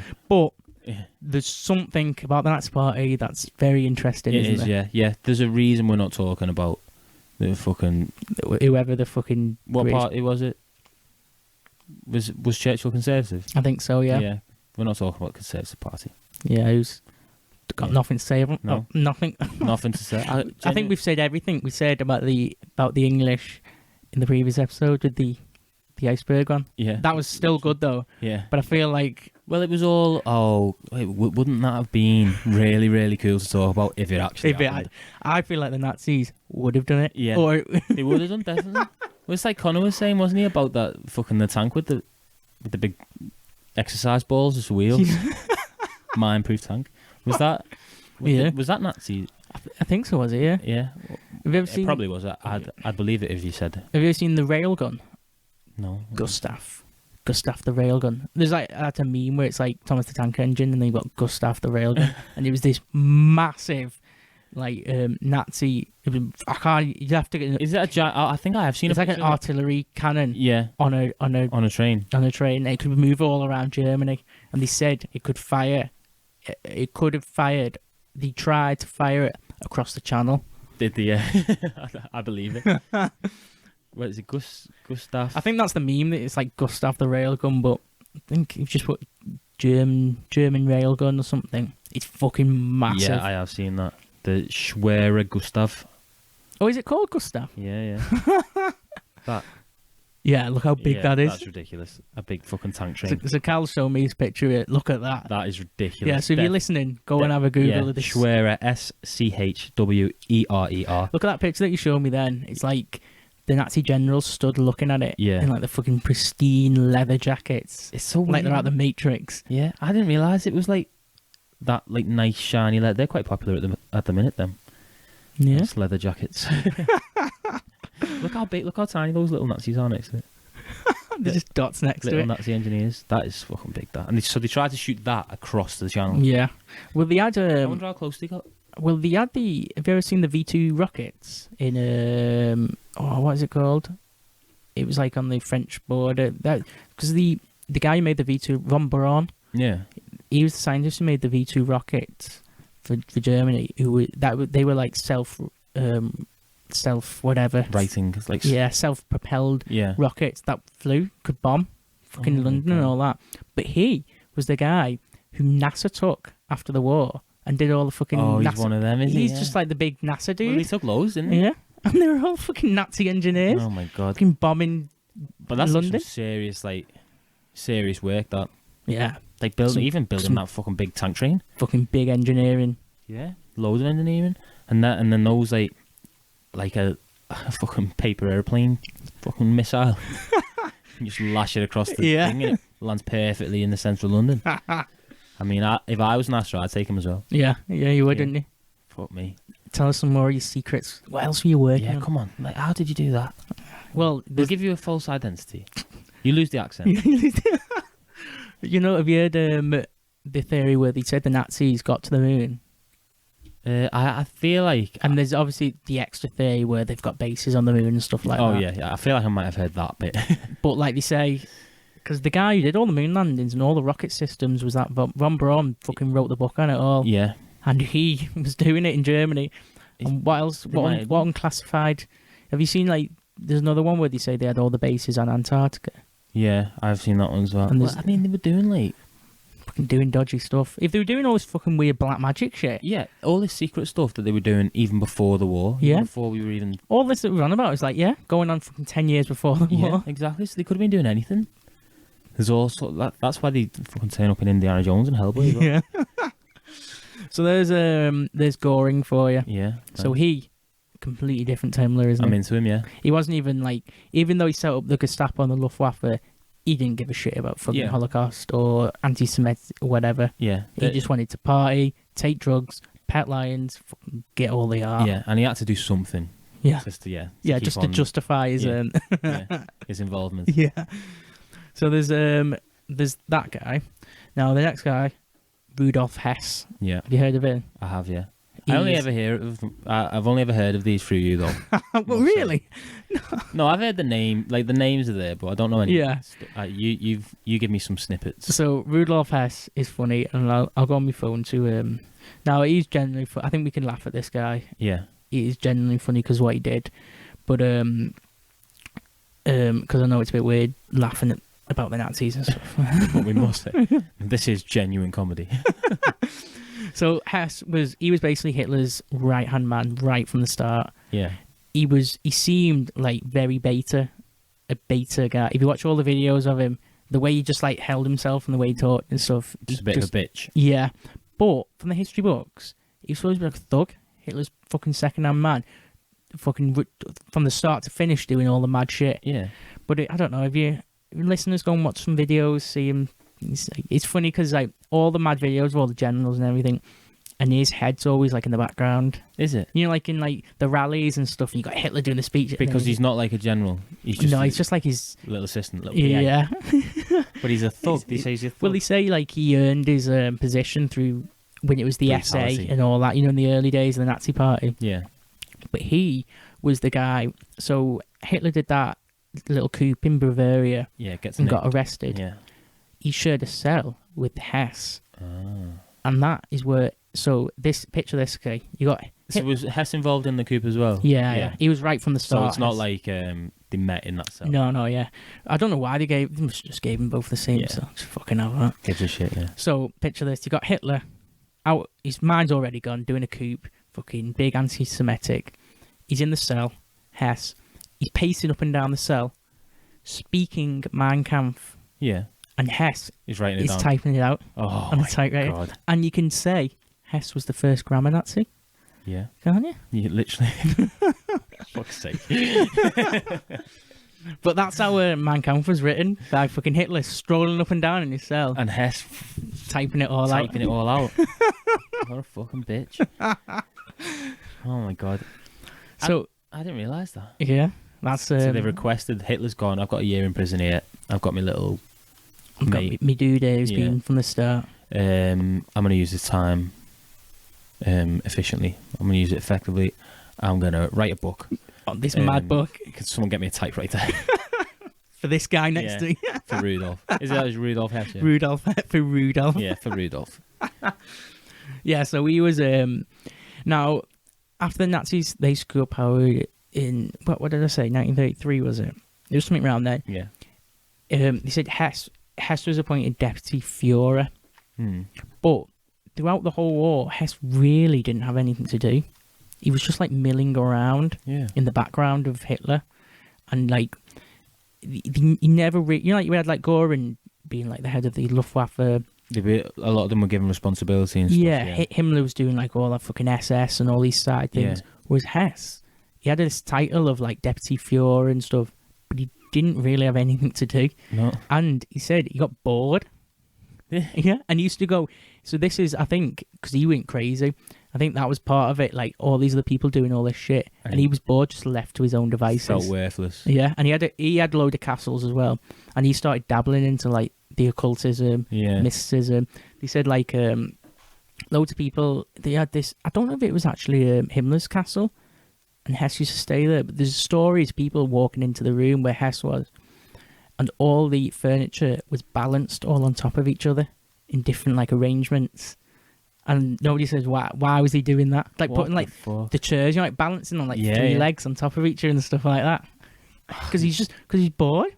He's that bored. He's just got nothing to do. He's trying to entertain his mind. He's literally typed out a book. Yeah, he's done Mein Kampf. Fucking typed it out in prison. Yeah, so he's ready, and then he comes out and he's like, "Here we go. Me and Adolf are ready to kick off." And then he just starts doing all this strange stuff. He started doing like I can imagine him like going to Hitler every day. Is there anything for me? Oh, just Rudolph, just get on with whatever you're doing. Go. Do what you were doing yesterday. You didn't tell me anything to do yesterday either. Rudolph, not now. Just stop it. So he did loads of weird shit. He was just trying to entertain his mind. I bet he was quite an intelligent guy. I think he was. I think he had an educated background. He was in World War One as well. Yeah. He fought in World War One, but I don't think he was like decorated or anything. But there was other stuff where he was through his boredom, I presume. He became a really bad hypochondriac. No. And Hitler got pissed off with him. I was like, being a little "You're not ill. Fucking stop it!" And he said like he had everything, and he used to do all because the Nazis were the head of like the front of fucking all these experiments to do with health. Yeah. He was like, "Oh, what's that? Can that help this? Can that do that?" And he was like having all these experiments done on himself, fucking like sorting out shit that wasn't even a problem to him. And there's like famous ones where he did a lot of electric shock therapy. Yeah. Fucking electrocuting him and doing all these weird fucking shooting electric currents through him. Oh. And he was, I think he went crazy, but not in the crazy. He just went crazy as in like, just fucking bored and just trying to find stuff to do absolutely anything. Yeah. What the fuck? So, but they said like he did dabble into like the occult mysticism, and I think he was staying at Himmler's castle a lot. So you can imagine Teutonic Knights milling around and stuff. He's going to be like, "Oh, what's going on here? What's happening?" Because he's desperate for any form of entertainment. But the best thing is, this is where Hess is known to be. This is where he got his name now. Okay, so he had his own aviation like airfield somewhere in, and he took flying lessons and became quite good. And he wanted to get a role in the Luftwaffe as like a pilot or something, or a general, and Hitler was like, no, I don't want you involved in the war side of stuff. And he was like, "Oh, fuck's sake, I've got my own planes and everything. We're doing this. I've spent so much money and time learning how to fly plane. I've got my pilot's license. I can do it. Yeah, I'm really good. I'm really, really good at it." The Hitler's like, no, we don't want you getting shot. We don't just fucking chill back. Really important to me, Rudolph. Okay. I know I don't give you much to do. So Hitler put him on a ban for flying. Banned him from flying. And then so he's banned Hitler. He's fucking this guy. See, I'm picturing a child. Yeah. That's like a teenager. That the joke of it is like he is literally like that within it. Yeah. He hasn't got any roles or anything. Yeah, he's one of the fucking deputy Führer. Yeah. And I wish I wrote down more of the weird stuff he did when he was like bored, but he's got loads of stuff that's like just silly, like just why dipping his fingers in just random stuff. Yeah, like so, like loads of it's all second-hand accounts like that of like people walking in the room and him doing something weird. I think he was like big into astrology, and stuff like that, and all fucking weird stuff. Yeah, just trying to cure his boredom. But on the 10th of May, 1941, he's hit his peak of I don't think he's even boredom. I think it was... He's going crazy. I think he's gone crazy. So he's been in talks with some intelligent officers from Britain. Yeah. And he's been informed that the Duke of Hamilton, who was somewhere up north, could, if Hess turned up, he would meet him and talk to him about the war. So Hess believed that if he met this Duke of Hamilton, he would set up a peace treaty to end the war. Yeah. So Hess, on his flight ban, sneaked into his own like aircraft field thing, Yeah. fucking climbing over the fence. He's like the fucking top dog. He's the Deputy Fuhrer. And he's sneaking into his own on a night into his own airfield, taking his own plane. He's got a secret plane that he's worked on to have extra fuel built up that nobody knew. And he takes this flight across from Germany on the 10th of May all the way to Scotland. And he flew it dead low, and like the people in Britain on the radar seen stuff. Yeah. And because he was flying low, they couldn't like properly because he was if you flew dead low, it messed with the radar. Yeah. The radars couldn't pick up properly, probably because of the land and whatever. Yeah. So they couldn't track him properly, and they even sent like people out to fly to go and find whoever this was. They didn't know it was Hess, to find out. And there's loads of records of it. You can see like picking it, like where they picked him up on the map. You're like on his way up to Scotland. So so he goes to Scotland. He drops first of all, he's got these auxiliary fuel things, dumps them in the sea, and he flies up to Scotland. And I think he crashes. He crash lands. He crash lands the plane in Scotland. And he gets out, and these people fucking see him. I'm like, what the fuck's this? This like German bomber with one of the main dudes, fucking Hitler's right hand man from the start, crash landed in Scotland on his own. And I think they're like just random police or whatever find, and they're not, like, imagine just policemen, you're like in this like small town, and this you're like, what the fuck? And Hess is coming out and he's demanding to speak to this Duke of Hamilton, yeah. And the police were like, what the fuck? And arrested him. Yeah. And they basically just arrested him, and they put him in this prison, and they said to the Duke of Hamilton, right, this like fucking Rudolf Hess has somehow on his own appeared asking for you.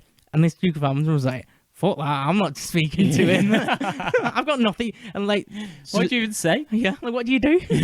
And like, this Duke of Hamilton was like, I don't know what he's on about, because he was on it.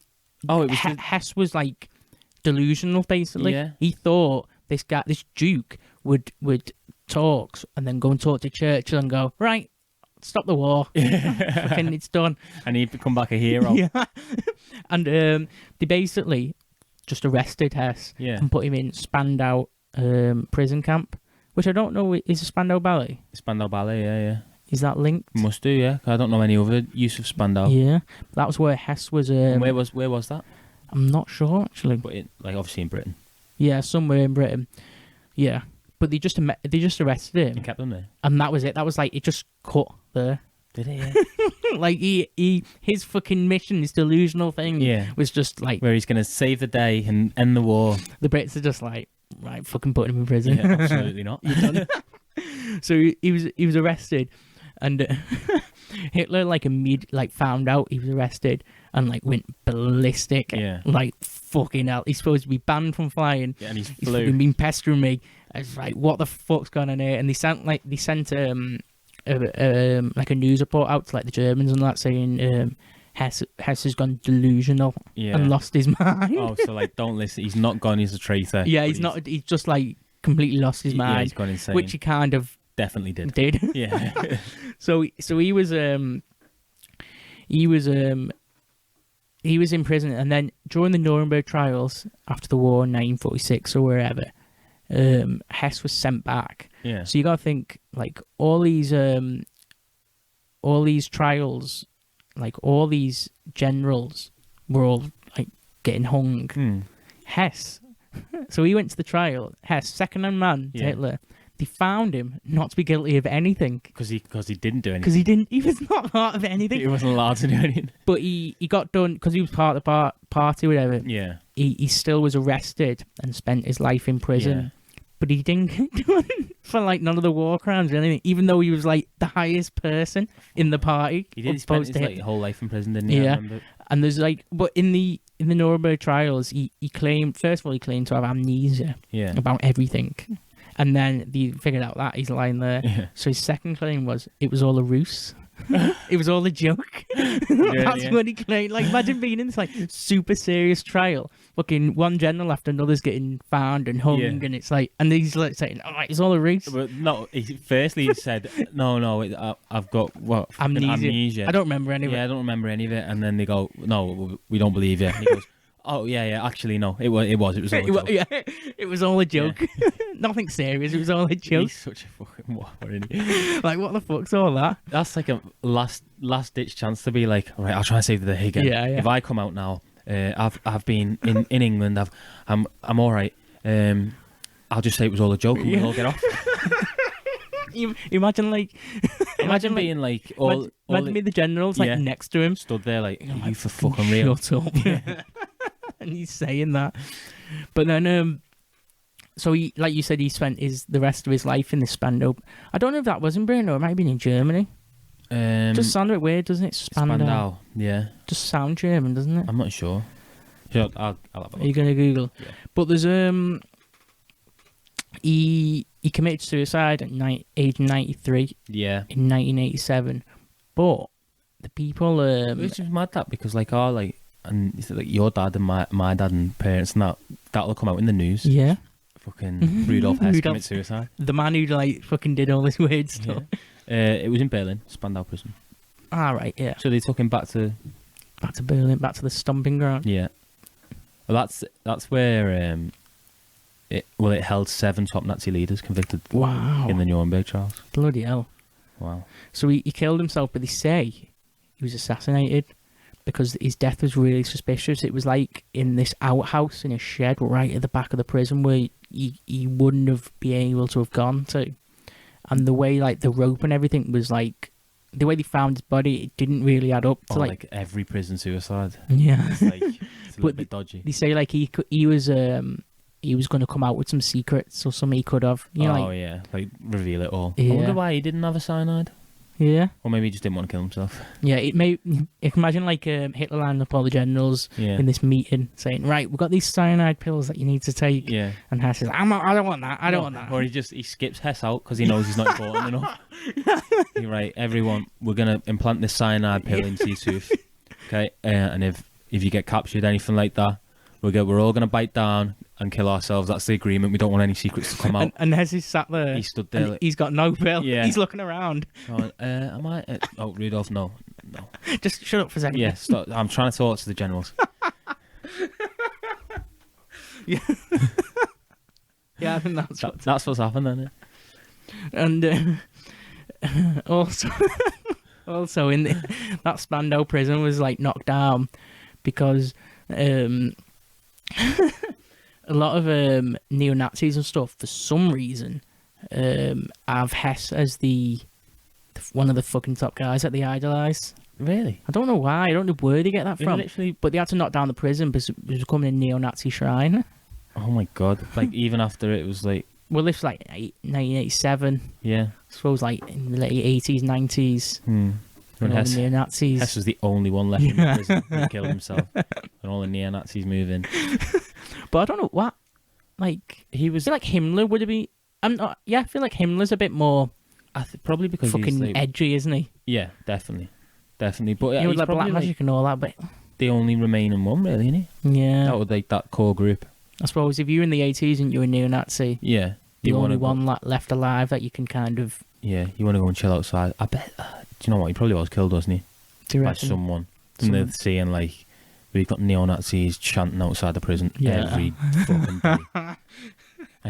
I don't know why, but everyone else in that prison's already died and gone. Yeah, and it's you can imagine Hess. Justin. And the prison guard's like, we could just fucking go. That shed out there, just go and we'll just kill him. Just put him in there. Yeah, and then everyone will go away. We'll flatten the prison, everyone will go away. We'll go home. Yeah. We'll flatten the prison and we'll go home. That definitely happened. Yeah. You've heard it here first, folks. Well, that's Hess. So three different people. Three quality people. I have some more people. We've done an hour and 38. Yeah. I could just roll off a few quick ones, maybe. Or do you want to save them for we do part 2? I don't think I have Who enough. have we got? Goebbels. Well, there's Goebbels. Can I hear a bit about Goebbels? Because Yeah. So what are the names that you've got? So we've got Goebbels, Yeah. propaganda man. Because that name I know. Yeah, you know him. Yeah. We've got Bormann, which Bormann. was Hitler's secretary. Mm. So he was the guy who allowed all the information to be passed to Hitler, and they say he was a bit power mad and kind of suppressed some information, allowed some, played on that. He played a bit of role in how everything was being fed to Hitler and how everything was being fed out and stuff like that. So there's him. So he had a bit of control over. But I don't think there's not really much to go into with him. But yeah, he was. Just he played a part. What happened? Do we know how he died? I'm not sure. Probably got away with it all, didn't he? Do you reckon? Yeah. I was just doing what I was told. Just a secretary? Yeah. I only worked in the office. Yeah. You got Albert Speer. Yeah. Who was Hitler's architect. He did like the fucking. You see some of them, the Nazi architects, like the stadium in Berlin. Oh, fucking. It's just like how the fuck do you build that? Yeah. There's loads of. He was like behind all that. Then eventually, in the war, he became like Ministry of War and Did he help build like fucking tanks and shit like that. Fair enough. Yeah, just translate all your skills from architecture into tank building. Tank building. Yeah. Fair enough.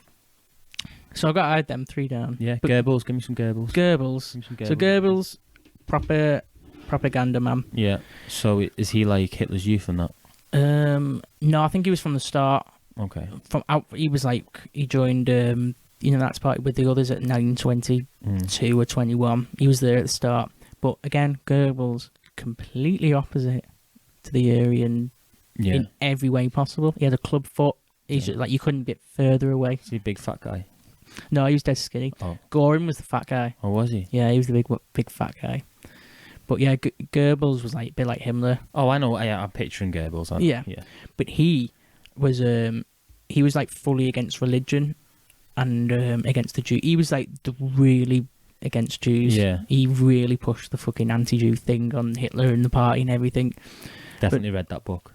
Yeah, well, he was massive on like philosophy and stuff, and he wrote a few philosophy books and stuff before he joined the Nazi party, and he wasn't getting anywhere. But he was writing a lot of like weird stuff like that book I was saying, the Protocols. Yeah. I think you did read that book. Well, I think they all did. 100%, yeah. But he wrote a few books and didn't get anywhere, and then he seen the Nazi party like all the others, and we're like, fucking. Here's a chance to get my name out Here there. we go. So he joined, and he because he was educated and he was like philosophy and stuff. Hitler was like, you're quite good at like getting messages out and like talking to all the people and stuff. Yeah, so you're kind of in control of your thoughts and stuff. Yeah, you're not like a fucking weirdo. We don't need you for any of the weird stuff. But you can get your word across pretty well. Yeah. So he put him at first. He was there to like provoke fights and like rallies and stuff. Yeah, like really just get the people, get everyone going. Yeah, that was what. And like like catchy slogans and chants and shit. Yeah, that's where he like fucking made his name at the start, like riling up all the people. But then I think he's basically just like a snowballing thing. The more power he gets, the more he started. Like he was the one who censored all the books in Germany. Did all the burnings of books. Like he stopped all like American films coming in. He was just getting more and more extreme. Yeah, he was like all, what is that called? Like society based. Like like the news. He took full control of the news. Yeah. Did all the newspapers, fed exactly what they wanted to hear. Like North Korea. Yeah, just like that. And that's what he did. If he was in control, he was behind all that style. Yeah. Oh my god! And he was so he did like a lot of the radio. He implemented all the rules on the radio and what you can say, what you can't say. He was just filtering everything. Everything filtered. He was the man behind all that. But he was famous. The biggest thing he was famous for as well was his speeches. So if the listeners want to go and listen, obviously it's in German, so you'll need to put the subtitles on. But his speeches were supposed to be like amazing, like textbook. If you could if you want to be a public speaker, you go and watch it. Take notes from this. He was supposed to be like the best of the best, and the way he did it was he used to like practice in front of a mirror. Yeah. Like weeks before, and he'd have the speech meticulously laid out, like word for word, and he'd like practice all the gestures and everything down to a T. Yeah. Like absolute, and he'd do it like every day in front of this mirror. Do the full real life speech. Yeah, and by the time he comes to do it in front of everybody, It was second nature. it's just like perfect. Muscle memory. And like he's obviously analysing it, every little bit, every gesture, every like the word, how you hold the word and whatever. Yeah. And that's like he did another thing with his speeches that other people weren't doing, but he had like big speaker systems. So he'd set up big speakers, so like everybody could hear, and people were like, "Whoa, what the fuck's this?" It sounds ridiculous as well when you hear those, like the speakers. It's like fucking. And you imagine, like, I don't know, just in what's another country, in Poland, Yeah. just some Fair fucking enough. little political guy on a box. Yeah. Trying to shout. And you got this guy, but you know what else he had? He had big flames. He used to set off big fires in the speeches, Yeah. just to like captivate. Yeah. Imagine being like fucking loads of people, big speaker system, and this like That'd few get you that, wouldn't it? flames Yeah. just go rising up dead tall. You're like, wow. Hook, line, and sinker.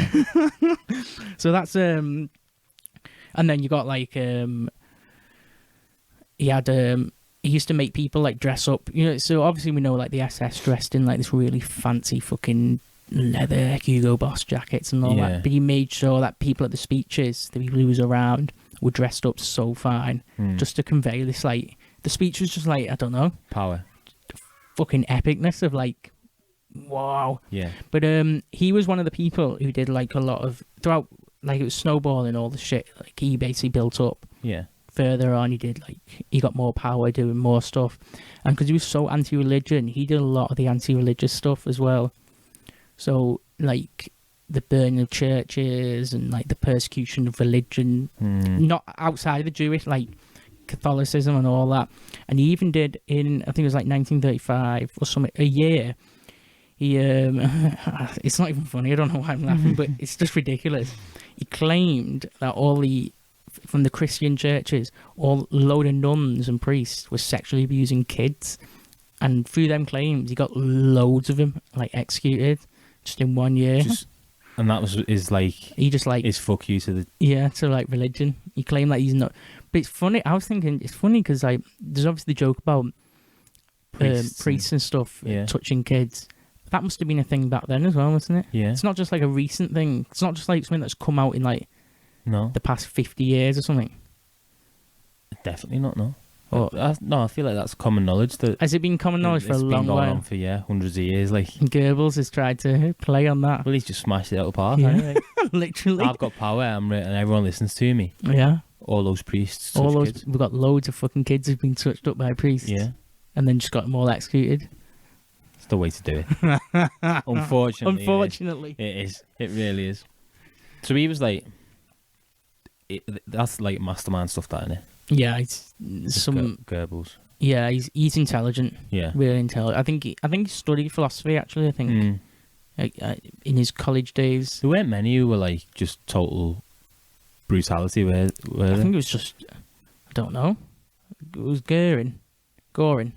Did he have a? He was just an ace, wasn't he? Yeah, but it's not. Like It was the nothing pie. like. Yeah, he didn't have any. He wasn't evil, was he? No, he didn't Like, have like any political thing, Yeah. pulling tricks or anything. He was just fucking Yeah. debauched. Yeah, exactly. Yeah. Who was the? So who's your Panzer guy as well? So you got Rommel. Yeah. I feel like maybe he's probably one we could save for another one. Yeah, because I know you're big into Rommel. Like. Rommel's like, I think just from a historical point of view, he's just like the war man. So you got the Blitzkrieg that went into France. Yeah.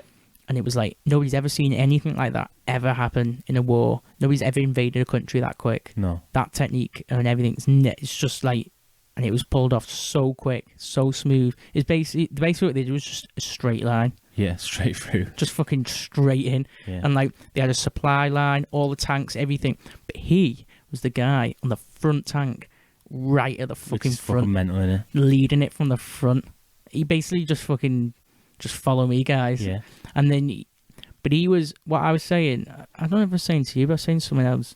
So I read this Rommel book, and what I got from it is like, I don't think he was a Nazi. I think he was like Goering. Yeah. But whereas Goering was partying, Rommel was war. So he's the what I was saying then. We haven't met anyone there who is brutality. Yeah, Rommel's the one. Rommel's the one who's fucking bloodthirsty. Yeah, Rommel's like, he would have fought on the British side if he could. Yeah. He would have fought on anybody's as He long just as wanted to he's fight. just in a war Yeah. leading. He had his leadership skills were like incredible, and the way he like ran the army, Yeah. it was like unbelievable. He loved the British as well. Did he? In Yeah. the book, he's always praising the British. Is it his book? Like, Yeah, he wrote? like the book. It's called the Rommel Papers. It's Yeah. massive as well. It's just all his own words, right? And he's writing it like because he wrote it while he was there, while he was doing it all. It's not like Is that all like unbelievable to read? oh, it's fucking mental. I'd stop reading it sometimes. 'Cause it's Yeah, like yeah, I it's remember. that much of like you're like wow, what the Put fuck? it down. Because I've had he's enough. not he's not wrote it like afterwards or anything. He's writing it Yeah. on the day. He's like today, like it's like a diary. It's like Yeah. a diary, like explaining. What he's. But it's wrote as a book. It's not just like fucking It's obviously translated as well. yeah.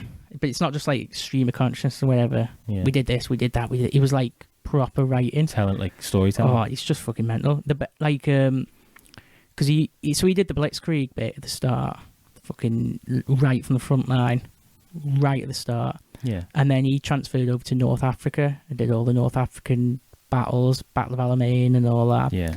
El Alamein. They're unbelievable. Am I like to? Oh, I think we could do a full Yeah. episode on. We'll save Rommel. Rommel for another one because I want to hear about the Nazis in North Africa and that. Because I was Yeah. thinking about that before when you were talking about like Antarctica and what they were doing. The North African I bet battles. there's all sorts down in North Well, Africa. with the best, obviously we'll cover it, but the best thing was like, because it was the Mussolini and the Italians. Yeah. They initially were in charge of North Africa, and it was like Rommel came in to like fix it, Yeah. and it's funny because it was like the Italians, the British, and the Germans, and then you got this Rommel who loves the British, and he was like praising them all, and like he didn't want to fight. Well, he wanted to fight, but he was like, Yeah. I wish I could have been on your side. Yeah. He was like, after every battle, he was like always writing about like how good the British were and how Really? shit the Italians was and everything. Oh my god. Yeah, that's definitely one for another one. Yeah, How long's that stay? that's fucking an hour and 50. superb. Fucking hell. No, Oh my god. genuinely enjoyed myself. Genuinely. Have you enjoyed? Well, I know you enjoy it. Sit here looking at your face, but no. Oh my god. Well, what's your verdict? If you say Well, we know what our verdict on Yeah. this podcast is about the Nazis. But Yeah. their ideas are great, and if you were a Nazi, you'd be made up. yeah, But we cannot No way. sit here and say we support it or Yeah. it should still be happening or they should have won or anything. But no, there's a reason we still talk about those. There's a reason we still talk about it. yeah, There's a reason you study the Nazis in history, and you never really delve too much into the British, do you?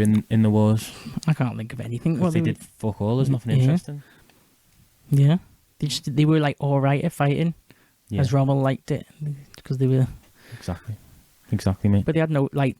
We've done like there's loads of other generals that you could talk about. that were, Oh. like You could pick any of them up. yeah, Well, we all did chaos. full podcast on the scientists. Yeah. Yeah, we've done 2 podcasts here on the Nazis, Yeah, and both of them have been like chaos ones. and They're we not could just go like further. we're not. Yeah, we're not just doing like covering the history of it. No, We're covering like fucking the chaos, the Yeah. madness of it. literally. Unbelievable, mate. Thank you, Steve. A genuine thank you, and thank you to Connor for the globe again. Oh, I keep looking at it just like, oh Yeah, yes. it's really as I've been able to transport myself to Nazi Germany using the globe. Guys, again, follow us, like us. I hope you absolutely adored this episode as much as we did, and we'll be back next week with another great topic. This was brought to you by Merdley Productions.